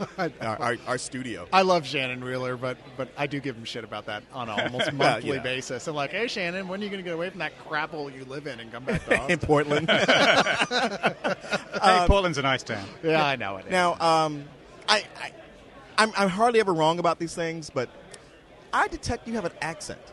What accent? Really? I ain't got no accent. I thought that was just Texas. I would say Spanish, but maybe I'm wrong. As I explained to somebody the other day, I just put this on to promote my James Bond book. I saw that at your good table. segue. So you're writing James Bond. I wish I was. I wrote a book that came out last year on the history of James Bond in comics. Okay. Oh, that's yours. That's me. Yeah. Okay. Yeah. Yeah. Who published that? It's published by Hermes Press out of Pennsylvania. They're an arts and comics art and history publisher. And I'm just going to plug my other book. I'm currently writing the history of Star Trek in comics for those guys. Now I'd like to check that out because I like the Star Trek comics. Yeah. So I'm right in the middle of writing that just now, and we're hoping to get it out around the time the movie comes out. So we're on a tight deadline. I was going to say there's like 6 different companies or something that publish Star Trek comics. Yeah, probably 6 more. or 8. Yeah, and what's great actually, we've also got in the book. We've managed to cover all the artwork for all the newspaper strips that they did, and all the British Star Trek strips that were done. There was actually an original Star Trek stories done just in British comics in the 60s and 70s. Wasn't there actually a very short run that was considered to be canon about the Klingons and why their foreheads changed?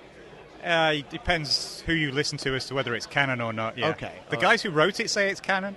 Oh, okay, fair enough. Fair enough. I remember actually I bought that because some of the people were saying, no, they're saying whoever they are is saying that this is considered to be how this happened. That's awesome. I'm going to go. It always comes back to if it happened on screen, it's canon, and if it happened anywhere else, it depends on the day of the week. Yeah, exactly. It depends on whether or not the person who wrote it got famous later. Yeah. Did you write something on Batman and Batman in real life, like how much it would cost for an actual billionaire to be Batman? Cool, you're good. I didn't actually write that one. That's in a book called Batman Unauthorized, which is a series of essays. I didn't write that particular essay. I wrote one on in that book on the history of the origin of Batman, and the article's entitled "The Birth of the Dubious Origin of Batman: Who Did What and Does It Really Matter?" And basically, it's an ode to Bill Finger. The uncredited co-creator of Batman. Who was basically shafted by his supposed partner and friend, Bob Kane, yes. It was Bill Finger who came up with the cape, the cowl, the gloves. Wow. So Batman. Basically, yeah. So Bob Kane said, Bob Kane make him a man. I don't care what else you do after that. Bob Kane came up with a Batman. It was Bill Finger that basically came up with the Batman as we know him today. Anybody could do that. I'll write a character right now. Yeah. Giraffe dude. There. You're right. Yeah. Somebody owes me money. Yeah, nobody's buying that. That was pretty much the story. Yeah. So fascinating. So Alan, is your project now? It's the history of Star Trek. That's what I'm currently writing, and also the Disney Pixar Cars comic for Boom Studios. For Boom Studios. That's right. Yes. Oh, that's right. Because you're a big NASCAR fan. That's right. Which how totally please, confuses us. Explain not just to me, but to our audience. Not that you're a NASCAR fan in and of itself. We're not here to talk crap about NASCAR, although we will if you ask us nicely. Okay. But you're not from here, and so we don't understand why you like NASCAR. If it's got wheels and an engine, I'll watch it go around in circles. So you're just a big car fan in general. I'm just a gearhead in general. Okay. Because the British are. What part of England are you originally from? I'm from Manchester originally. Okay. North, so. Actually, it's getting weird. I watch so much BBC. I'm starting to be able to detect accents. It's weird. But, I mean, you've got Top Gear, which is like a gigantic show. Awesome show. Yeah, and it's a great show. I could care less about cars, and that's a good show. Okay. You know? If you don't watch it, you should. Yeah. No, I completely agree. Yeah. And you guys are really into that stuff, but it's still we don't go drive fast, turn left thing. It just doesn't. Yeah, there's more to it. I do a bit of. I used to, and I'm going back to doing a bit of race driving, and there's more than turning left to NASCAR, but I know. It's like baseball. I don't get baseball, but people tell me there's a lot more to it than just hitting a ball with a stick. So, yeah, that's what they tell me. I was surprised. I agree with those people. I didn't even know they were still doing baseball. You keep saying that. I thought they were like, oh yeah, everyone's. I on would strike think you'd know that they're still doing baseball because there's constant talk about steroids all the time. Oh, is there? Okay. Yeah, it's in the news. That's every in day. the news too. Another thing, I'm like, oh, they still do that. Tell us about the comic. Where are you going with that? I mean, we all saw the movie. So, is this taking place right after the movie? Actually, no. The first 4-issue story arc takes place right before the movie. Oh, it's a prequel. Okay. It's a prequel. Yeah. I never thought Pixar would have let me do it, but they actually let me tell the backstory of how Lightning McQueen got the nickname Lightning. Oh, okay. And basically how he went from being a little racing at his local track to being the big breakout star in Piston Cup, which is where basically the movie starts. So my 4-issue story arc finishes right where the movie starts. So are you going to? Is this all that's planned right now? Is this 4-issue arc? The plan so far is we've got approval on two 4-issue story arcs. So we've done the first one, that's turned in. It's due out. First issue's due out basically any week now, and it's also going to be the Boom Studios Free Comic Book Day issue. It's going to be a version of issue 1, which is going to be part of the story, part of my script, some of the conceptual art, and a little sort of essay that I wrote as to why an Englishman actually likes NASCAR and wanted to write cars. Okay. Right on. So that's going to be for Free Comic Book Day, and then the second arc, we're just waiting on a start date, but that's going to be set in Radiator Springs, and it's going to be the story of why those people and those characters came to that town, or more importantly, when I was watching the movie, why did they stay when the town was dying around them? You know, if everybody else left apart from these dozen characters, what was it about the place that made them stay? I was going to say that was the story I am actually interested in more so than Lightning's story. When I pitched it, that was the first story arc. I had the Radiator Springs as the first story arc, and then Lightning as the second one. But they decided they wanted to lead with the most recognizable character, which obviously is Lightning McQueen. Yeah. So. Indeed. And plus, people were like, Larry the Cable Guy, really? Yeah. I hate to say this, but when I read these, I'm going to picture someone else's voice. Yeah. Hey, man, Larry the Cable Guy was good. He was good. Mater was good. It's just and you may never hear me say that again, but in that movie, that was his one thing. Yeah, I mean, the thing is, people come down hard on Cars. It's not my favorite Pixar, but I still really liked it a lot. It's a really good movie. And it's a damn good script, and the animation is beautiful. And the thing is, like, you know, I mean, even J-Lo was good in Out of Sight, you know. You have a good script a broken clock is right twice a day. You know? Well, what's it like working with Disney? I heard they're kind of hard to deal with. I wanted to ask that, too, because who was it that was saying... Chip over at Boom. Chip at Boom was saying that it was, you know... Or was it Chip? No, I thought it was Bill was saying... No, it was Chip. When I told him, like, hey, man, you guys are doing The Incredibles. I want to color that for you. He's like... You don't want to have to deal with Disney. You don't want no part of this. Well, actually, they've been great so far. I've had... I'm going to kill Chip. On four... One, I was really surprised they let us do a backstory on their existing characters. I mean, when I pitched it, I thought they would never go for that, and they did. And I've had... On the 4 scripts I've turned in so far, I've had one note. I've had one panel of dialogue to change, and that's it. Oh, that's not bad at all. No, that's so I've been amazed because I was expecting, you know, you can't do this, you can't do that. Right. The only thing was when I got the gig, they said that we couldn't do anything that was going to be in Cars 2. And I was like, well, great. Can you tell me what's going to happen in Cars 2? No. And they're like, no. So, well, how do I know that I've done? And if you put something in the script, and it will let you know. So, you know, it's like, oh, okay. And we couldn't come up with any new characters, but I actually, so far, managed to sneak three new cars in there that they haven't actually come back and told me to take out yet. So I'm just hoping that somebody's going to make a die-cast of them, so I'll have my first action figure. Well, these are prequels, so they can always say, "Oh, they broke down." Yeah. You never saw them again. So, Yeah. You know. Well, thank you so much, Alan Porter. We thank you. really It's been fun. appreciate you joining us on this and giving us the in on more of the Pixar books. My pleasure. And everybody, look for those books. The history of James Bond in The comics, history of Star history Trek. of Star Trek in I wanna comics, read that. and Cars due out any day now. Yep. Thank you very much, guys. Cool. All right, thank Thanks. you. Thank you.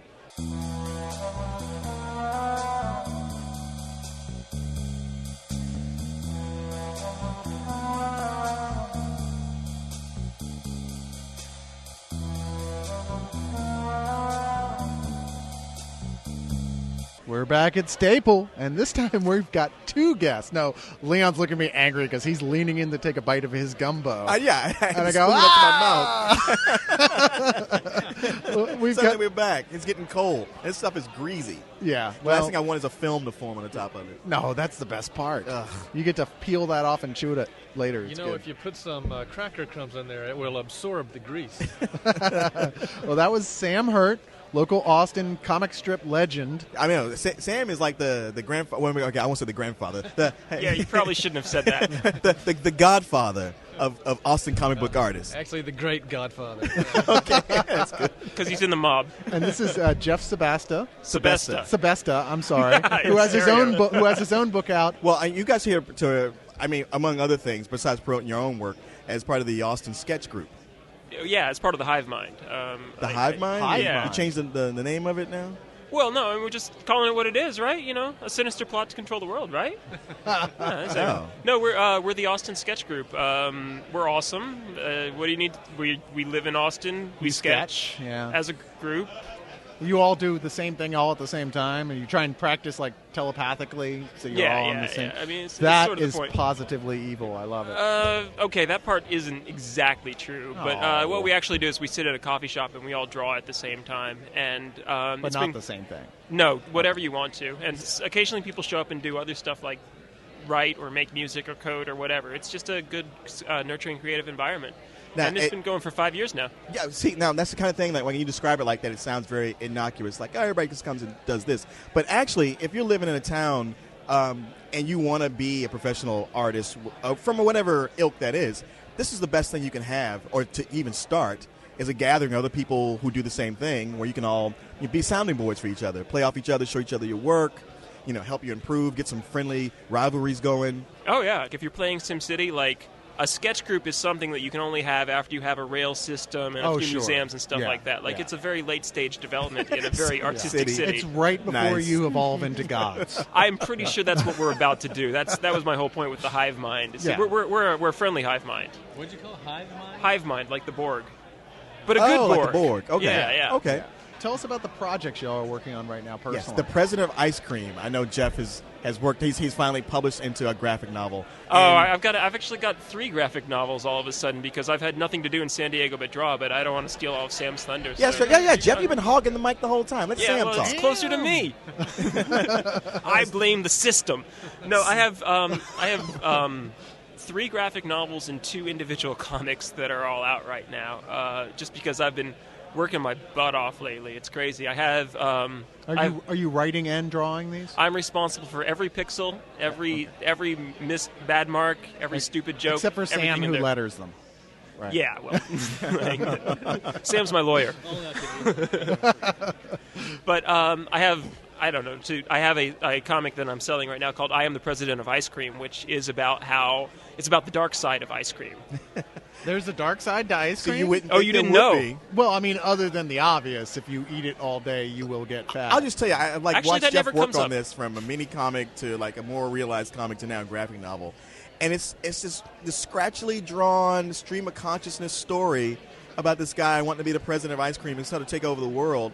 That I can't describe it to you, but it just really sucked me in, and I laughed my ass off through this whole thing. And it goes on forever. Well, you I mean, if I had any criticism of it, it was like, wow, is there ever an end to this? But I enjoyed it all the way through. No, it's deeply action-packed. I think I destroy the world 4 times before the story's over. Yeah. And there's no hope. There's no happy ending at the end. That's why it's self-contained. It's quite finished. Now, Jeff, if somebody wanted to find I Am the President of Ice Cream or one of these other books, other graphic novels you put out, where would they go online? You could go to my website, unnecessarygee.com, or you could just check out my live journal, megatexas.livejournal.com. And my new story that I'm working on, Cloudhopper, is a much more, well, you read it, and it's very gratifying. He laughed his butt off at it. His new story, I think, is going to be his masterpiece. It's in I'm color, pretty proud of it. and it's about a guy who's he's a total douchebag. And it's funny to watch him and to see where it's going to go. It's actually a very traditional story. It's action-adventure. It's about to turn into some really loopy sword and sorcery fantasy, and it does have everything I do has an ending. Like, I always know where a story's going before I even start it, because I tend to write very long stories, and I need an end in sight. And to me, I sort of feel like I see where you're coming from. I feel like, in a way, even though President of Ice Cream's pretty freaking funny. The title is just killing me a lot. Yeah, people seem to like it. That, I feel bad that people read it and are disillusioned with being the president of ice cream. It's not really a job you want. But I feel that if somebody is kind enough to read 300 strips that I wrote, they deserve a happy ending. Yeah. So I'll give it away. Cloudhopper has a very happy ending. Oh, That's good. the point. Okay. That's the point. So it ends, wise ass. Here's Sam Hurt, who has much more awesome stuff than me. Now, Sam Hurt has a tremendous body of work. Oh, when I first moved here, one of the first things I was like, man, this town rocks, was reading this comic strip, I-Beam. Oh, shucks, y'all. Just falling madly in love with that strip. Went out and bought everything I could find, which back then there wasn't that many collected editions of it. Uh-huh. And now there's like 8 or 9 books that collected. There were 7 paperbacks and then 8 comic books. It's a long, sordid, checkered career. And every once in a while I see some stuff in a local newspaper, and I'm always like, oh, is that new? Are you? Yeah, I'm doing new stuff in the Austin Chronicle Weekly for, I think, coming up on I think I passed 3 years already. Oh, okay. I think 3+ years. Wow, all right. So yeah. what you didn't do it for a long time? Yeah, I took a few years off before that. And then a few years before that, we're kind of bouncing around, I was this here and that there for a while, nothing really for a long term. But I guess I'm settling into ongoing weekly. It looked like there was going to be some animated stuff there for a while. Yeah, I was playing around with that for a while. Had a lot of fun doing a music video for Brave Combo. Yeah, I remember that. Uh-huh, yeah. Jeff it's called. It's the Hokey Pokey, and you can find it on YouTube. And indeed. Yeah. So like comic strips, comic books, animation, and sculptures. I don't know if you've seen any Sam sculptures. He does a lot of sculpture work. I love sculpting. I hope to do more. I hope to get back to animation at some point.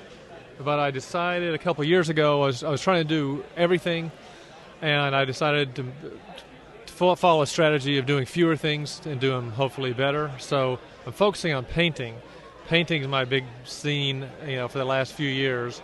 But I'm, of course, doing the strip as a weekly, but that leaves time for other stuff. Oh, I'm also doing a quarterly strip for Edible Austin called Root Causes, which is a half-page, full-color. It's pretty cool. What's Edible Austin? Edible Austin's a quarterly magazine, sort of based on sustainable food and local food scene, and it's a real nice little magazine. So is it subject-oriented then with that? The strip? Yes. Yeah, it's all, it's kind of, the imagery comes from my paintings, actually, so it's like cross-pollination between the paintings and cartoons. The but Sam it's Herdiverse. Yeah. But a lot of my paintings have these kind of anthropomorphized plants. So Root Causes has these plants that are, like there's a lemon tree that's in love with, has a thing for any root vegetables, but it's especially taken with this one turnip. And it's kind of unrequited. Turnips are hot. That's true. That's true, they are. I've had a few things with some turnips. I'm not going to be specific here. I don't want to hurt any feelings. Well, don't be specific because we don't want the cops involved. There's any beats or rutabagas listening. But we've all been there. So tell us where people can see your stuff. Yeah, well, I'm going to have a painting in the biggest group paint show, or maybe it's just art show in general, which is coming up Easter weekend, called Biblical Proportions. It's going to open Friday night, and the Old Testament show is going to be Friday at Blue Genie, Good Friday, I believe, And then the New Testament shows Saturday at Bearded Lady. Online, are people listening to this going to find your work at ibeam.com or samhurt.com? Either one. I got them both, baby. And do you have stuff for sale on those? No, my website's really not set up for that. The best place to find my stuff on a day-to-day basis is Avenue Gallery on 1510 and a half South Congress. The same block, a little bit south of Lucy in Disguise. Okay. And it looks like I'm going to have my first one-man show of paintings at Continental Club Gallery, and that should open May 7th. Oh, yeah, and I have a piece I finally got in the People's Gallery show, and my painting, Hope, is in the anteroom to the City Council chamber. Now, does that have anthropomorphized vegetables in it? No, but it has the Justice League. Oh, really? Well, okay. It's the Hall of Justice. See me get all excited? I was like, what? Really? I was just trying to see if you were paying attention. Well, thanks so much. This is awesome. Well, thanks for having us. Yeah, fellas, thanks for coming over and promoting your stuff.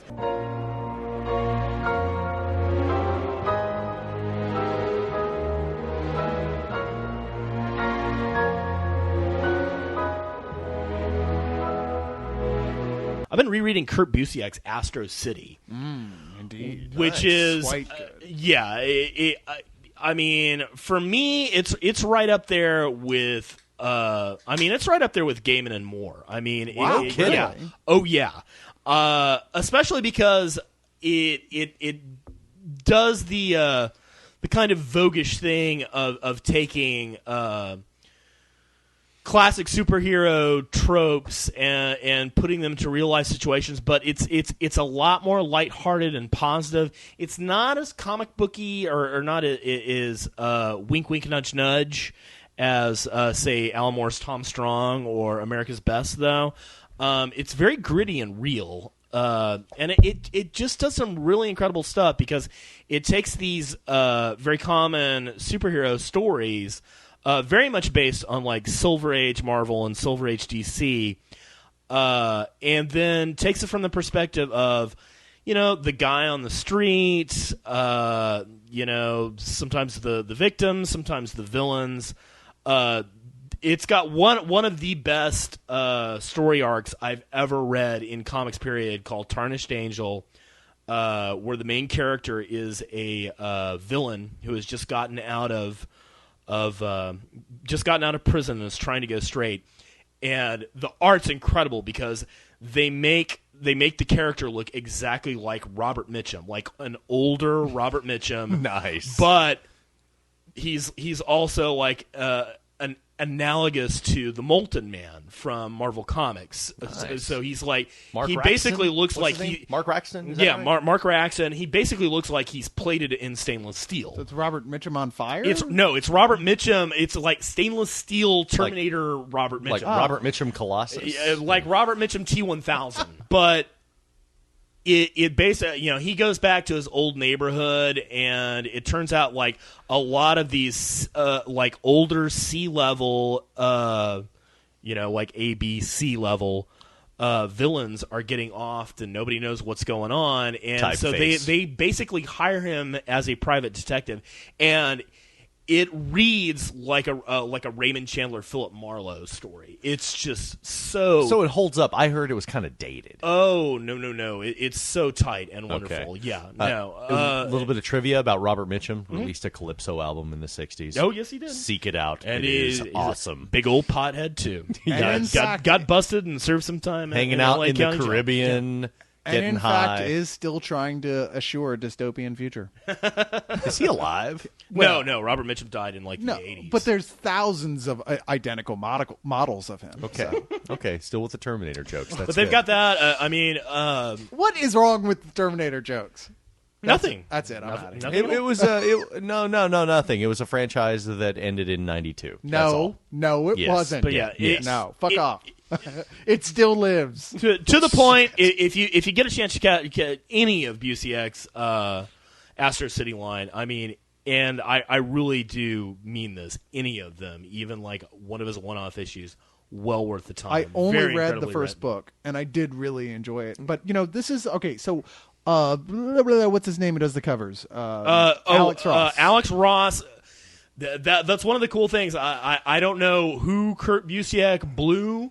what he knows about who did what, but Alex Ross does all of the Astro City. And if you don't know who Alex Ross is, you probably shouldn't be listening to this that's podcast. True. And yeah, if you don't know who Kurt Busiek did, or if you don't know who Kurt Busiek is, he is the guy who wrote Marvels, which is one of the best Marvel graphic novels out there. Also, he wrote most of the first arc of Dark Horse's Conan relaunch. Yes, he did. Which was superlative. Yeah, which was what probably barring Roy Thomas's adaptations of the original like Robert E. Howard stuff, the best Conan comic stuff ever. Fantastic. Yeah.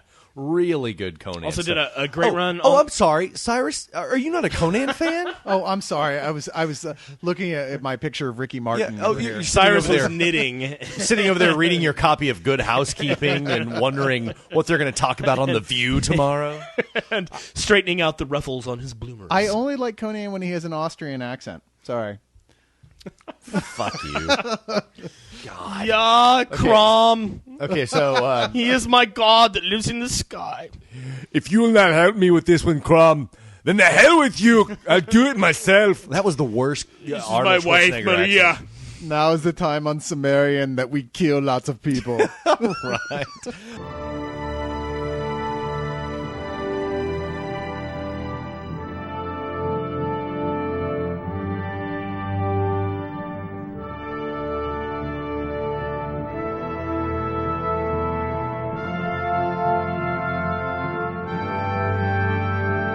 We're back at Staple, and this time the team-up's a little different. I've got David Lamplugh with me here as our guest, but then Jason is my co-host on this Howdy, one. everybody. I finally showed up. He finally woke up, crawled out of bed on a Saturday. Yeah, oh, yeah, wasn't there something I was supposed to do today? I had to sleep the scotch off before I got here. Yeah, well, thanks for drinking all my scotch, by the way. You are welcome. Thanks for making me watch My Best Friend's Girl, you son of a bitch. Yes, David, they lost a bet for all extents and purposes and had to watch and review My Best Friend's Girl with Dane Cook. Oh, my goodness. It was cruel and unusual. Mostly I feel cruel. very sorry for you. Yeah, thank you. Thank you. So, David, you are partnered up with the proprietor of Staple here, and I'm sure you've got your hands dirty with a lot of the other events around here. Tell us, you're partnered up with Chris, of course, Uncle Staple, as he's known around these parts, and many others. Who's on the Daredevil podcast. Who's on our Daredevil podcast. Yes. And promoted Staple, which went up yesterday. Well, as we're recording this anyway. Yes. Went up March 6th. So we've already heard about a lot of the stuff that you've done, so thanks for coming. Yeah, no problem. So we'll see you later. That was great. See y'all later. We got it all down. Pitch your stuff. Tell us about it, man. Well, we got two diametrically opposed projects going on. The first one, which I think we started about 5 years ago, was called You Chose Right the First Time, and it's now a complete 240-page graphic novel with extras, cover sections. It's a gritty noir set in 60s Chicago, and we kind of transported it out of the regular mode of noir, which is 40s and 50s usually, to kind of give a twist on it. We set the first part of it during the Democratic National Convention and then quickly moved away from that high moment of drama to kind of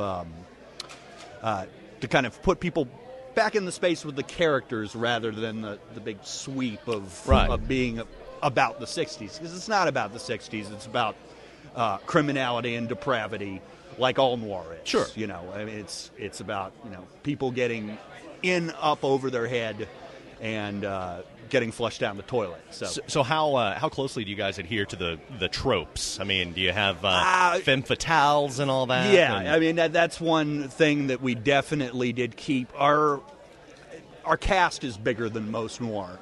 Most noir are kind of intimate, single character, through their eyes type thing, and we really have a cast of about 11 kind of interlocking pieces, people that butt heads against each other. Ensemble noir. Yeah, it is. It is kind of ensemble noir. So it's a strange book. The newer project that we're working on is called That Damn Cat, and it's a supernatural black comedy. So kind of lightening of the mood from You Chose Right, which is a pretty dark book and has kind of heavily psychopathic tendencies through a lot of it. So we wanted to pull back, and Chris had this idea, kind of ripped from the headlines, is this cat that lives in a nursing home in I believe it's Providence, Rhode Island. Oh. That right up there actually in Lovecraft can sense, territory. Yeah, they can sense when people are going to die in the rest home, and he goes. He's an irascible old fuck. Yeah, he's a irascible cat. Usually, they can't even get close enough to feed him. But when someone dies, we unfortunately established in our last podcast talking about that it is not a panther. A little more subtle than that, unfortunately. Yeah, exactly. So it's a little bit of a change of pace for us. How is it serialized? Do you have like a collection? Yeah, we're serializing it right now. Okay, and then I'm going to collect it into a graphic novel probably after 5. Oh, okay. 5 issues. Oh, wow. Yeah. Okay. 5 issues of how many pages each on the issue? Roughly About 28. Okay, so regular comic roughly length. comic length. I have about 13 stories written, and then Chris has to go over them and rewrite them, and then we script them, put them into comic book form, letter them. Right on. You like writing him challenges is like, and then something I couldn't possibly describe, but yet was the most amazing thing you've ever seen. Yes. Filled up the whole page. It's the polar bear from Lost. Thank you so much, David. Gentlemen, really appreciate thank you. joining. Thanks a lot. Hey, take care. You have a good staple.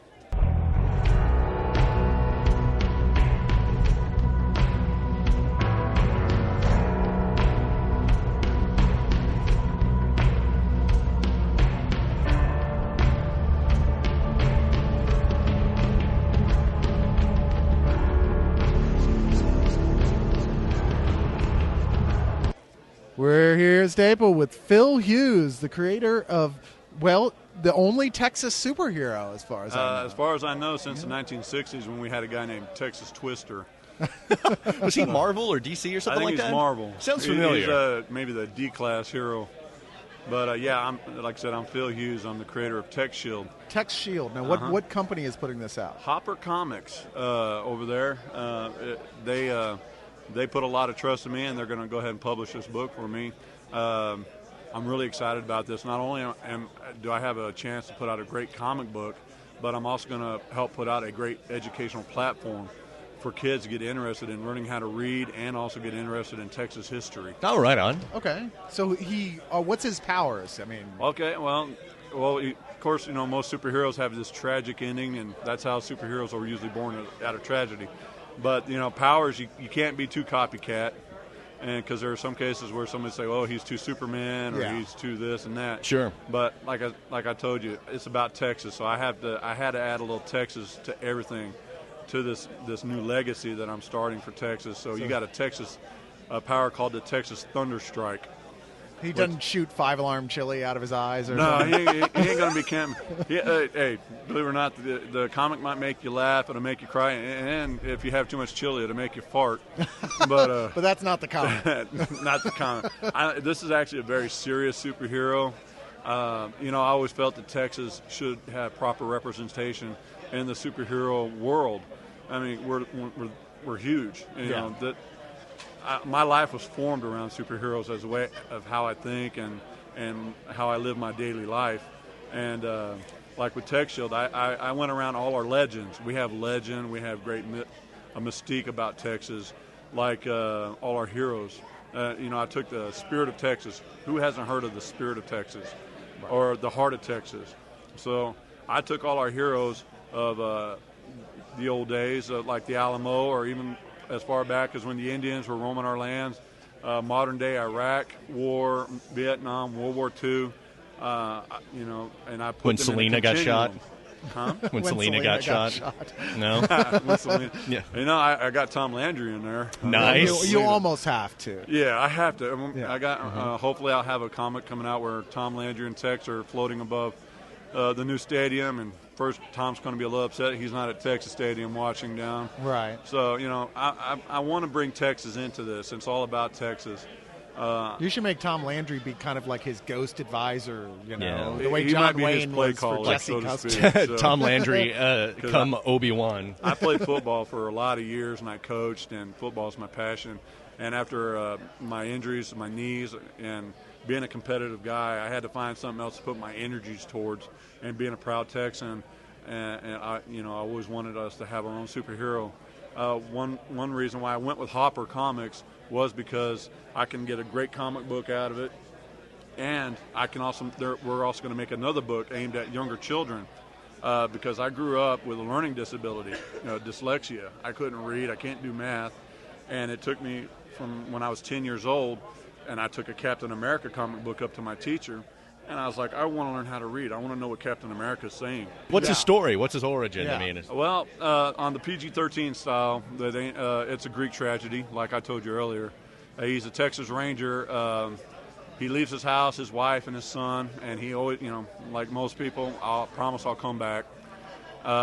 He's down in West Texas desert and comes across some folks of unknown origin, and which pretty much is, for those of you who haven't been out to the West Texas desert, watch No Country for Old Men, and it's that level of just horrible squalor and heat and cauterizing it's weather. Horrible. It's an awful place. Yeah. I grew up there, so I spent some time out in Odessa when I was a kid. So. Me too. If the heat don't kill you, the smell will.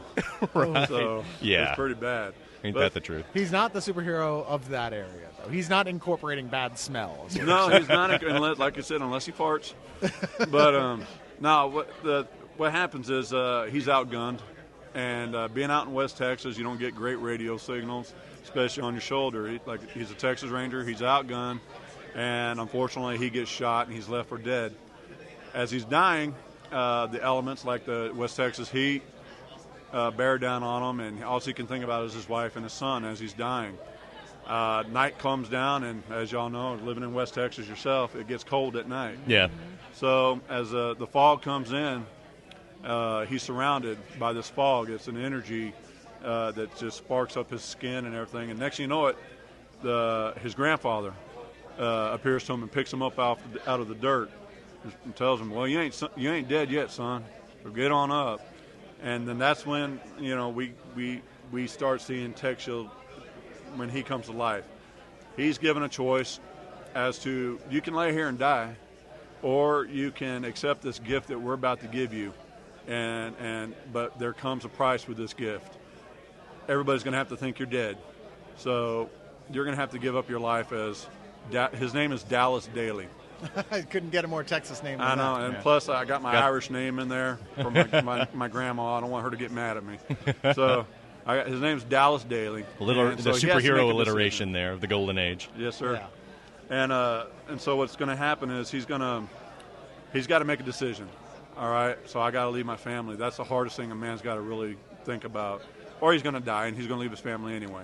The only way he can give up ever see his family again is if his mission's complete, or he passes the power of the spirits of Texas along to someone within his bloodline, which eventually will probably end up being his son. During this PG-13 one, you're going to see all these spirits, and then the first president of Texas, Sam Houston, comes up, and that's when you first see the logo. So when he's energized and he gets all this power and he grows super big like me, gets these beautiful green eyes like I have, so he becomes TechShield. We're going to base the first comic book as Austin as our backdrop. So you're going to see Palmer Auditorium getting smashed, and you're going to see Lady Bird Lake, and you're going to see all of Austin. Nice. And every comic book you see, you're going to see Houston, you're going to see San Antonio. And TechShield's a big guy, too, because I have to model him after myself. I'm 6'5", 300 pounds. Yeah, I was going to say, when you came over to the table, my first thought was, oh, shit, I probably should have asked if that girl was dating somebody first last night. Yeah. And everybody, when they grow up, they always say, what am I meant to do? This was it for you? And this is it for me. This is TechShield. This is my way of reaching out to kids and helping folks and making a great comic book for older folks. And if the governor's speaking or hearing or anybody in the great state of Texas knows how to make TechShield the official superhero of Texas, I'm very open to that idea. So, where can we see this stuff online?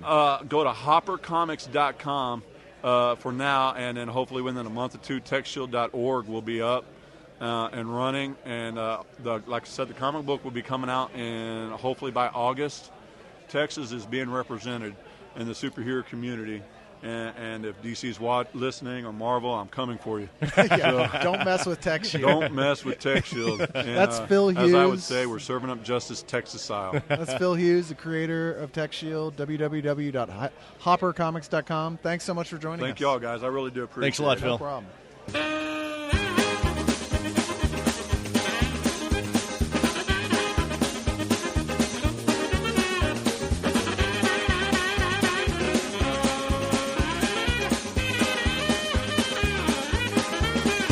Okay, so pop quiz. What is the last movie each of you watched, aside from the atrocity of My Best Friend's Girl, and what did you think of it? Cyrus, go. Oh, me first? Yeah. Fuck, what was the last movie? I watched a Chinese movie called Protege, which I Really? will be doing a review of shortly, with Andy Lau.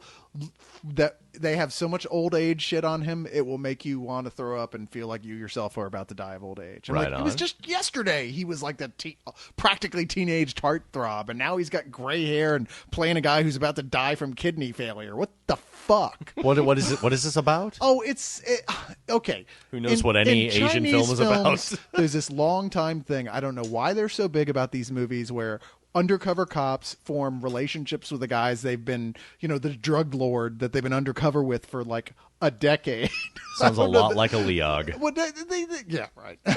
Is that what you're doing here? What? No. No.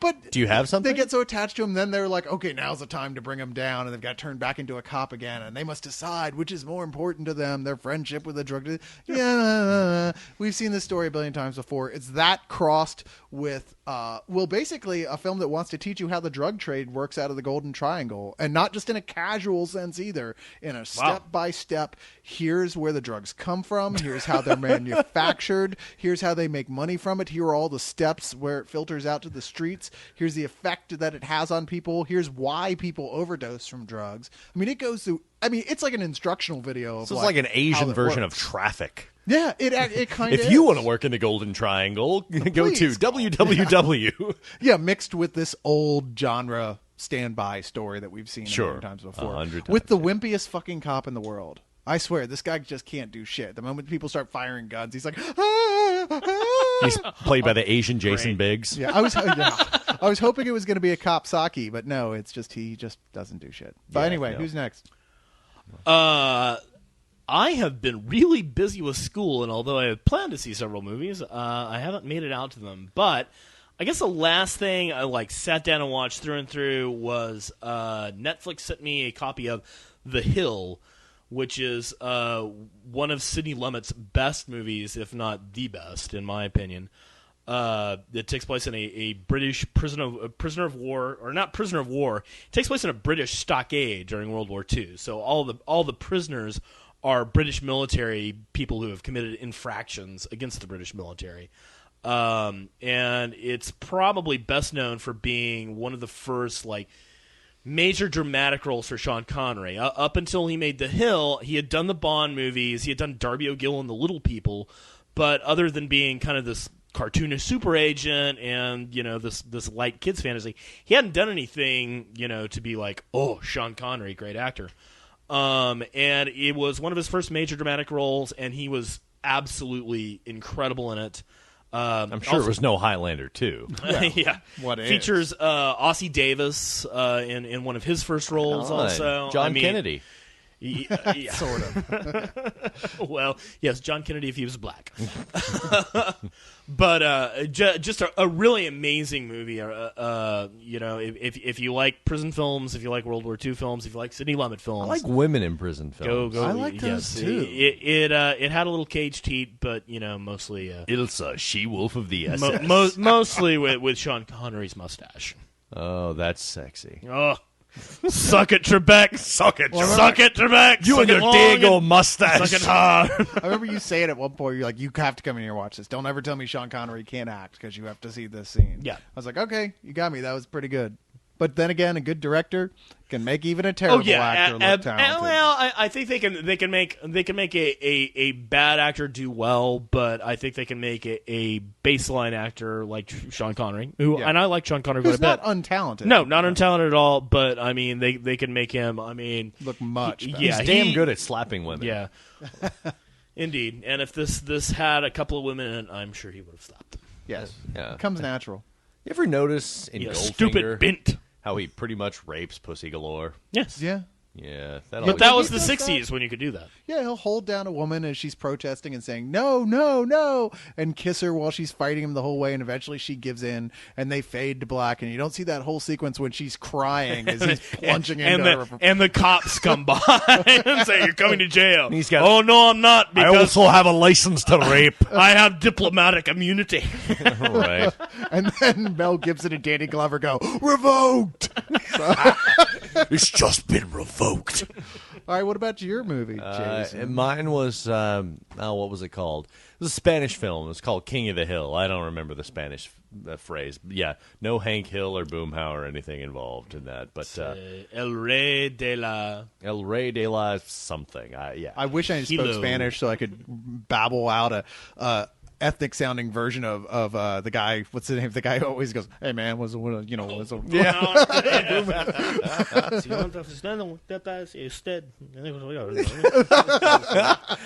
hell is that?" Yeah, it was a pretty simple setup. By the way, Jagger, please do not stop sending us drawings because of that. Right. Yeah. Viva la Boricua. This poor bastard, he's driving around, he's lost in the Spanish countryside, and then all of a sudden somebody starts shooting at him from like up on a hillside, and as people are wont to do. Apparently in Spain people just shoot at you randomly. They did during the revolution. I thought we were talking about our block. Oh, great, awesome. But yeah, he's trying to escape from the Spanish wilderness, and he meets up with this girl that There's a wilderness in Spain? Apparently so. Oh my God. And I guess they must have filmed all those movies there somewhere. Yeah, exactly. And he meets up with this girl who he happened to have banged in a bathroom at a truck stop. And then Eli Wallach shows up and tries to shoot him. Yeah, Blondie! Angel eyes! But yeah, it becomes this fight for survival while he's surrounded by a bunch of snipers with hunting rifles. Oh. And it's a pretty intense flick. Sounds kinda I recommend it. It's there is definitely some peck and Sounds pot like to it. Night of the Hunter, except without those annoying kids. No, it doesn't quite have the villain doesn't have really two Bob Mitchum references. Exactly. Yeah, no, the villain doesn't really have the personality of that Mitchum has in Night of the Hunter. It is more peck and paw, kind of Straw Dogs-ish. It's because you've got all these faceless snipers in the woods, and you never know where they're at, and they obviously know the terrain better than the victim. You know, it's. By the way, to all of the young kids out there who are going, "Who the hell's Robert Mitchum?" Go see Night of the Hunter. Go pick it up, put it in your Netflix queue, Night of the Hunter, and download it and watch it illegally. I don't care, but definitely Cape Fear, the original Cape Fear, and the original Cape Fear. Yeah, those definitely. two. But yeah, it's this poor bastard. He's hunted by this hunter who he's hunted by a hunter. He's hunted, I know. Who would have thought? The deuce, you say? He's hunted by a peacenik. He's attacked by an attacker and mauled by a mauler, and then raped by a rapist. He's hunted by a beekeeper. He's hunted by an accountant. A dolphin.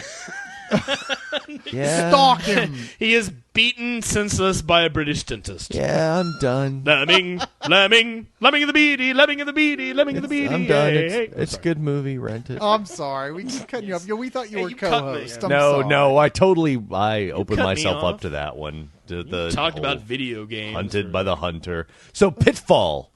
Anyway, about that. The Pitfall. Let's say more things that Bo will just curl up into the fetal position and start sucking his thumb while we speak. That is one of the few games that no matter how many times they've tried, they've never managed to come up with a sequel to it or a remake there's that no way has ever in any way been any so good. what does he do? Well, he swings on a vine over alligators. Okay. And that's it. Wait. Sometimes he goes down into a mine and gets bit. There have been many Pitfall games since then. Yes, there have. But the direct sequel to Pitfall on the Atari 2600, Pitfall 2 Lost Caverns, that was pretty damn cool. Uwe Boll, are you listening? That's right. Where's my Pitfall movie, bitch? And in the Sega Genesis games, it was voiced. Everything's been optioned. Yeah, in the Sega LEOG's been optioned. Yeah, exactly. Where's my check? Some jackass wrote down Pitfall on a crappy cocktail napkin in some horrible bar that like Raymond Chandler died in. Who would direct the LEOG movie? I don't know, but I'm going in right now. I'm going like, check it out. It's like Die Hard on a podcast. That's what Hollywood wants to hear. That's all they want to hear. And we can get back from the dead the In a World that's guy. good. That's good. The only one who can direct a LEOG movie is Michael Bay. Yeah, right. Only because we can beat him up. Well, only because I want to explode and watch all you guys explode. You know, too. honestly, I hate to say it, but pretty much it's. We'd get to fuck whores. Yes. Wait a minute, Frank Miller's LEOG. What do you hate to say? Kevin Smith would, because it's comic books and obscenities and blowjob references. Suck my cock. What are you talking it's about? It's only fitting. I hate saying it because the guy can't direct. I don't want to. I like Kevin Smith, the person. I like him very much. I don't like Kevin Smith, the writer-director. I like Kevin Smith, the writer, or used to. Well, sometimes he does. I think really the best person out there would be Jim Jarmusch. Although he wouldn't film any of the like LEOG recording sessions, it would just be like, the LEOG at leisure, like all of us sitting around in our horrible empty rooms. Yeah. No, all of us not sitting doing around masturbating, masturbating occasionally. And the music playing. I got 16 shells from a 40 ounce. Yeah, no. If I put a spell on you. If he were going to make a film, if Jim Jarmusch were going to make a film about LEOG and it happened to focus on us not recording LEOG, what would it be? It would be all of us sitting around drinking, talking about comic books, and not recording it. No, you know who it would be? It'd be so it'd be like coffee and cigarettes, or at least just as entertaining. It would be Barry Levinson, no question. No, it would be. I mean, have you ever seen Diner or his other films he did? That's LEOG, where they care about other stuff than comic books. John yeah, Hughes. but then we'd have to film it in Baltimore. Okay, who would play you, Cyrus? Oh, I would play me. Make no mistake. Oh yeah. Also, that. By the way, that kind of gets on my tits. And everybody's like, "Ooh, let's cast a LEOG movie. Well, I'll get Samuel Jackson to play Leon and blah blah blah." So, fuck you. Someone I went brought to that 4 up. years to study dramatic arts for 4 years. I'll play my fucking self. Someone actually posted that in the forums, like who would play the Spill Crew. Oh yeah, I know. Time, and I think, it's happened a couple of times. But I always get Philip Seymour. Hoffman as the Penguin. You got you got. No, I believe that the only one that could play Cyrus is Michael Clark Duncan. I am the gentle giant. Bo, actually, someone suggested that it was, which is I got Buscemi ones. Yes, that's the one I was going to talk about. Which is I can live with that. Yeah, it's the physical likeness is not even remotely close. accurate. But it doesn't have to. He's just a voice. Because I could devour and destroy 2 Steve Buscemi's in a single setting. I got Captain Tight Pants himself, Nathan Fillion. So suck it, bitches. I knew that. No, I guess I'll just have to settle with my multiple Academy Award-winning, possibly the greatest actor of his time, Philip Seymour Hoffman. Yeah, I can I'll have to settle. And he's I'll have to pulling settle in for the working. tail. I'll have to settle for working with the man you have worshipped as a deity, Cyrus, Joss Whedon. Yeah, fuck you. And culling all of the geek girls that would surely flock to Dude, he totally did Kerry Russell. Come on. That poor guy cannot get the next thing. I mean, Nathan Fillion is talented. Okay, what do you think about Joss Actually, Whedon's sadly product? enough, Yeah. I think his new series will probably... Oh, it's going to tank. Really? Castle? You think Castle's going to tank? It's going to tank. It's gotten No to that question. point where that whole, that buddy cop TV show with a funny angle to it has officially just totally gone overboard, even for mass audiences, Now, where they're like, okay, enough already. I do think I agree, Drive but- should have gotten more of a chance. That's what everybody tells me, but I never saw it. So Yeah, but I don't know. I kind of hope Castle tanks just because I think it's a shoddy premise, and I would rather see Nathan Fillion do something else. On the other hand, I do know a little something about the appetite of the American populace, and I think they'll probably go, "Ooh, Castle, I like that." it feels like this sort of fucking shit that was happening to Bruce Campbell, 15 years ago when they were trying to shove him into roles and stuff. Like, oh, he'd be great at this sort of role, just playing this smarmy guy. It's like, okay, Nathan Fillion Well, the thing can with Bruce actually Campbell fucking is if the if the check clears, he'll show up. Yeah. That's No, true. yeah, no. And he'll You know? bitch about it in every chance he gets out. Oh, yeah. Yeah, it's gonna be awful. No, that guy would give a tug job to a fucking 80-year-old leper if the price is right. Yeah. Am I? Bruce Campbell was like the geek god for the longest time. Am I the only one who's off that boat? Oh yeah. I'm no, done. he's still No, you're his moment in the sun is still there. It's not affected by the fact he's done so much crap since. The Evil Dead 2: Army of Darkness, I still love those movies. He's great in them. But honestly, folks, I'm not going to go rent all his other shit. Even that show Burn Notice, which I personally think is a little overrated. Yeah. It's good. Yeah, but it's not great. good, but people were raving about like Second Coming of the Well, and detective also, show. I mean, it's not like the guy is like, squandering his birthright for a mess of pottage. I mean, come on. It's Bruce Campbell. The only He's never thing that the talented. only thing he ever he's says funny and cool, but he's the not only that thing talented. he'll say no to is Evil Dead. Next Evil Dead fucking Yeah. movie. What the fuck Yeah. is that? Yeah, exactly. The one that's going to put all the food on his table. Yeah, exactly. Yeah, it just, I don't know. I want another Firefly movie, damn it. Yeah. But Yeah. all you fuckers out there, well, never mind. Yeah. No, Hey, thanks if for you're not listening coming to to the this, you show. probably actually saw Serenity that's true. in the theater and paid money, so God bless you. You probably saw it twice. Yeah, all the people I know are like, I'm not going to see it just because people want me to see it. Man, those guys are assholes. How dare they get on the internet and complain that I'm not going to see a movie that's really good? What? Man, I took Exactly. a girl I had first dated while we're going off on multiple tangents. It was one of our early dates, and we went to see Serenity, and she mocked it the whole way through. Really? Yeah. You What a knew that- whore. I was going to say, you Yeah. knew that wasn't going And to here work. I am choking back tears when River says, "But I like to hear you say it." Ah. And and she's like snickering. I'm like, wow, you know what? After we go home and have sex, I'm going to punch you right in the throat. Nice punchline, so to speak. I was like pissed. I was just like, you know what? It's early. You on. are getting a rolling matador tonight, my dear. Donkey punch, Dirty Sanchez, fuck that. And I'm taking you all the way out. Yeah, We're going it to was- Espana in the bullfights, baby. I was so pissed off at her. I was like, you just don't get it. But I didn't say anything. Yeah, I no. kept quiet. And I Because was you like, can't, because you're not a woman. I was like, yeah, that was a goofy sci-fi Yeah, it's a movie, goofy wasn't it? And meanwhile, I'm thinking, I was just like- I couldn't stay erect, is all I'm saying. I just would be like down there and she's blowing me and she'd be hot and all and still be thinking, wow. I It's probably okay. could shove that in there You'll- deeper because you- there's nothing to that's stop good. it. That's good. You'll never be in that position. That's okay. I could have anal with her. Just because maybe that would fuck some soul into her. Fuck some soul You're into saying her. that you are so black that soul comes out of your cock. You better fucking believe it, bitches. Man, remember after the Christmas episode when we said we weren't going to See, be as this dirty doesn't work and when I blue? don't have Leon to back me up. And Yeah. at least now I don't have like the rest of the guys going, oh, he said cock. I'm like, come on, do I really say cock that much? Pretty much. Do I? Usually it's honk. See, I do think it's one of the funniest words in the I world. got it. The word cock cracks me up. Cock. It's just funny sounding. Wow. No, remember when we said we were going to clean up LEOGs and No. start being a little more family friendly? No, we never said that. Didn't happen. No, we never said family friendly. We just said maybe we shouldn't have these episodes where we're talking about fisting dead women while they're still have menstrual leftovers. And Oh, that was a sort of great thing. episode. Yeah, that was a good one. That was good. Yeah, I don't know, man. We did a whole thing, just 2 hours, just about necrophilia. That was really took me by surprise. It's been fun here at God. Staples. Here we go. But it's over now. Okay, yeah.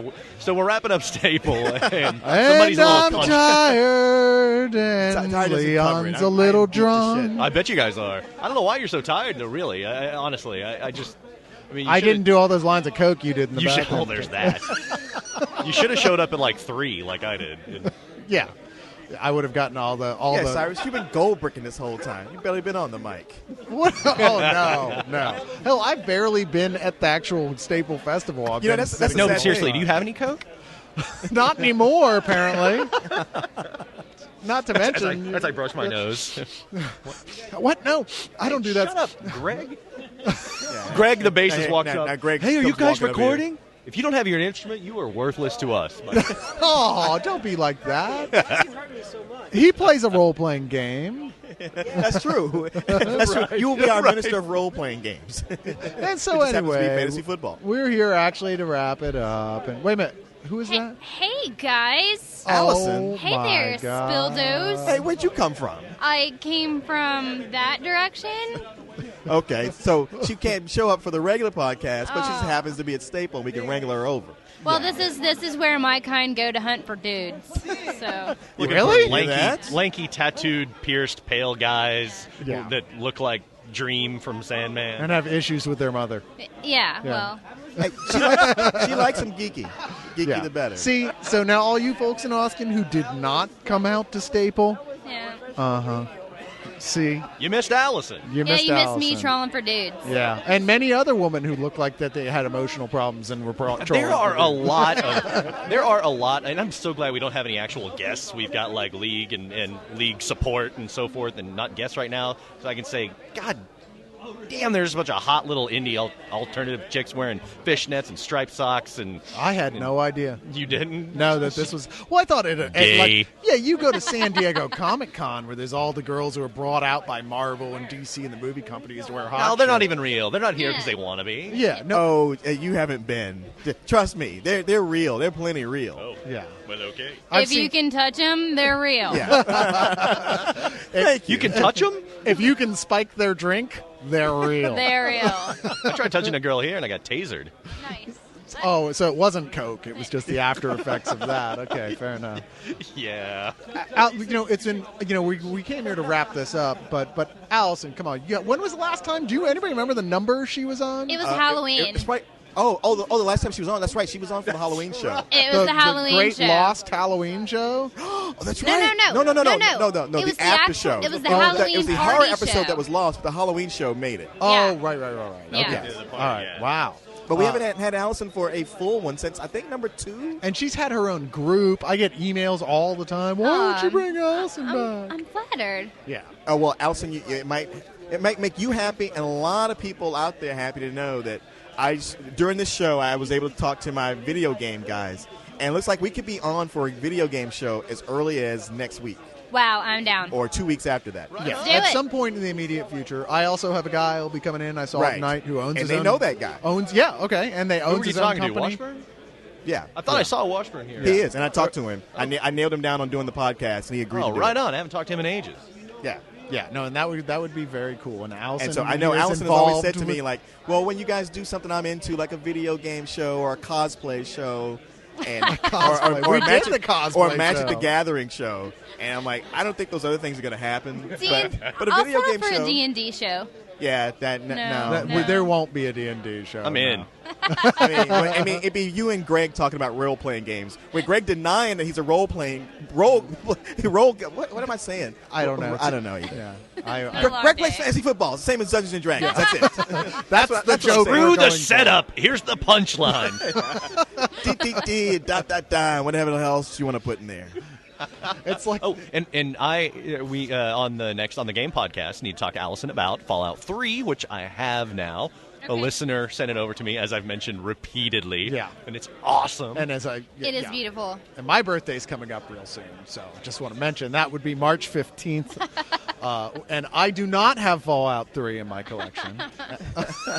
So your birthday's like right before St. Patrick's Day. Yes, it is. And it's right in the middle of South by Southwest. And I have literally not celebrated it for real on that date in 17 years. I have that whole week off. So By the way. if anybody's coming to Austin for South by Southwest, they could also come see you for your birthday. That's certain. That is certain that they And could. bring you a copy of Fallout 3. And bring me a copy of Fallout 3. For the But in PS3. the meantime, hit up that Amazon wish list. Okay, enough pimping and being Yes, a complete enough whore. begging. I apologize. I'm It really is detestable. yeah. I know. I feel a little nauseous.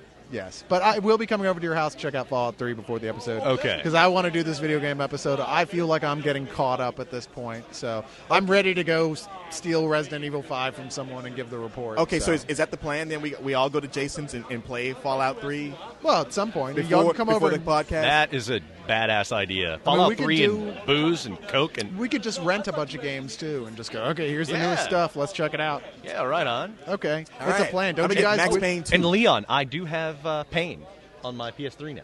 Oh, awesome. Yeah, so we can sit there and spend 4 hours with you launching that poor bastard into a giant bowl of cereal. I do love Pain. I love playing with the Johnny douchebag character. I know. So that is it for the LEOG 4.5 and the planning session for the next league. Yeah, right. All right, just one last question. Since Allison was the only one of us who really got to walk around Staple and do stuff, how was it? Yes. Yes. It was comparable to last year. I saw a lot of the same dudes. Yeah. And got to talk to some people. Really nice. Did you meet a cool guy? Did you get any numbers? You know, you thought that bag was full of comics. No, it's phone numbers. Phone Yeah, numbers. it's digits. There were some hotties here tonight who, when they had their belts cinched just right. Yeah. When you looked at them from a certain angle in darkness. Oh, yeah, lots Yeah. of hotties. Some masculine men with too much body hair. Well, Cyrus, I don't envy you having to edit this whole show together. No, it'll be fun. But that's what you do. That's what I do. Thank you, ladies and gentlemen, from Staple in Austin, Texas. This is the LEOG crew plus our LEOG support member, Allison. And one last thing Jason apparently has to say. Long live the league. Long live the league.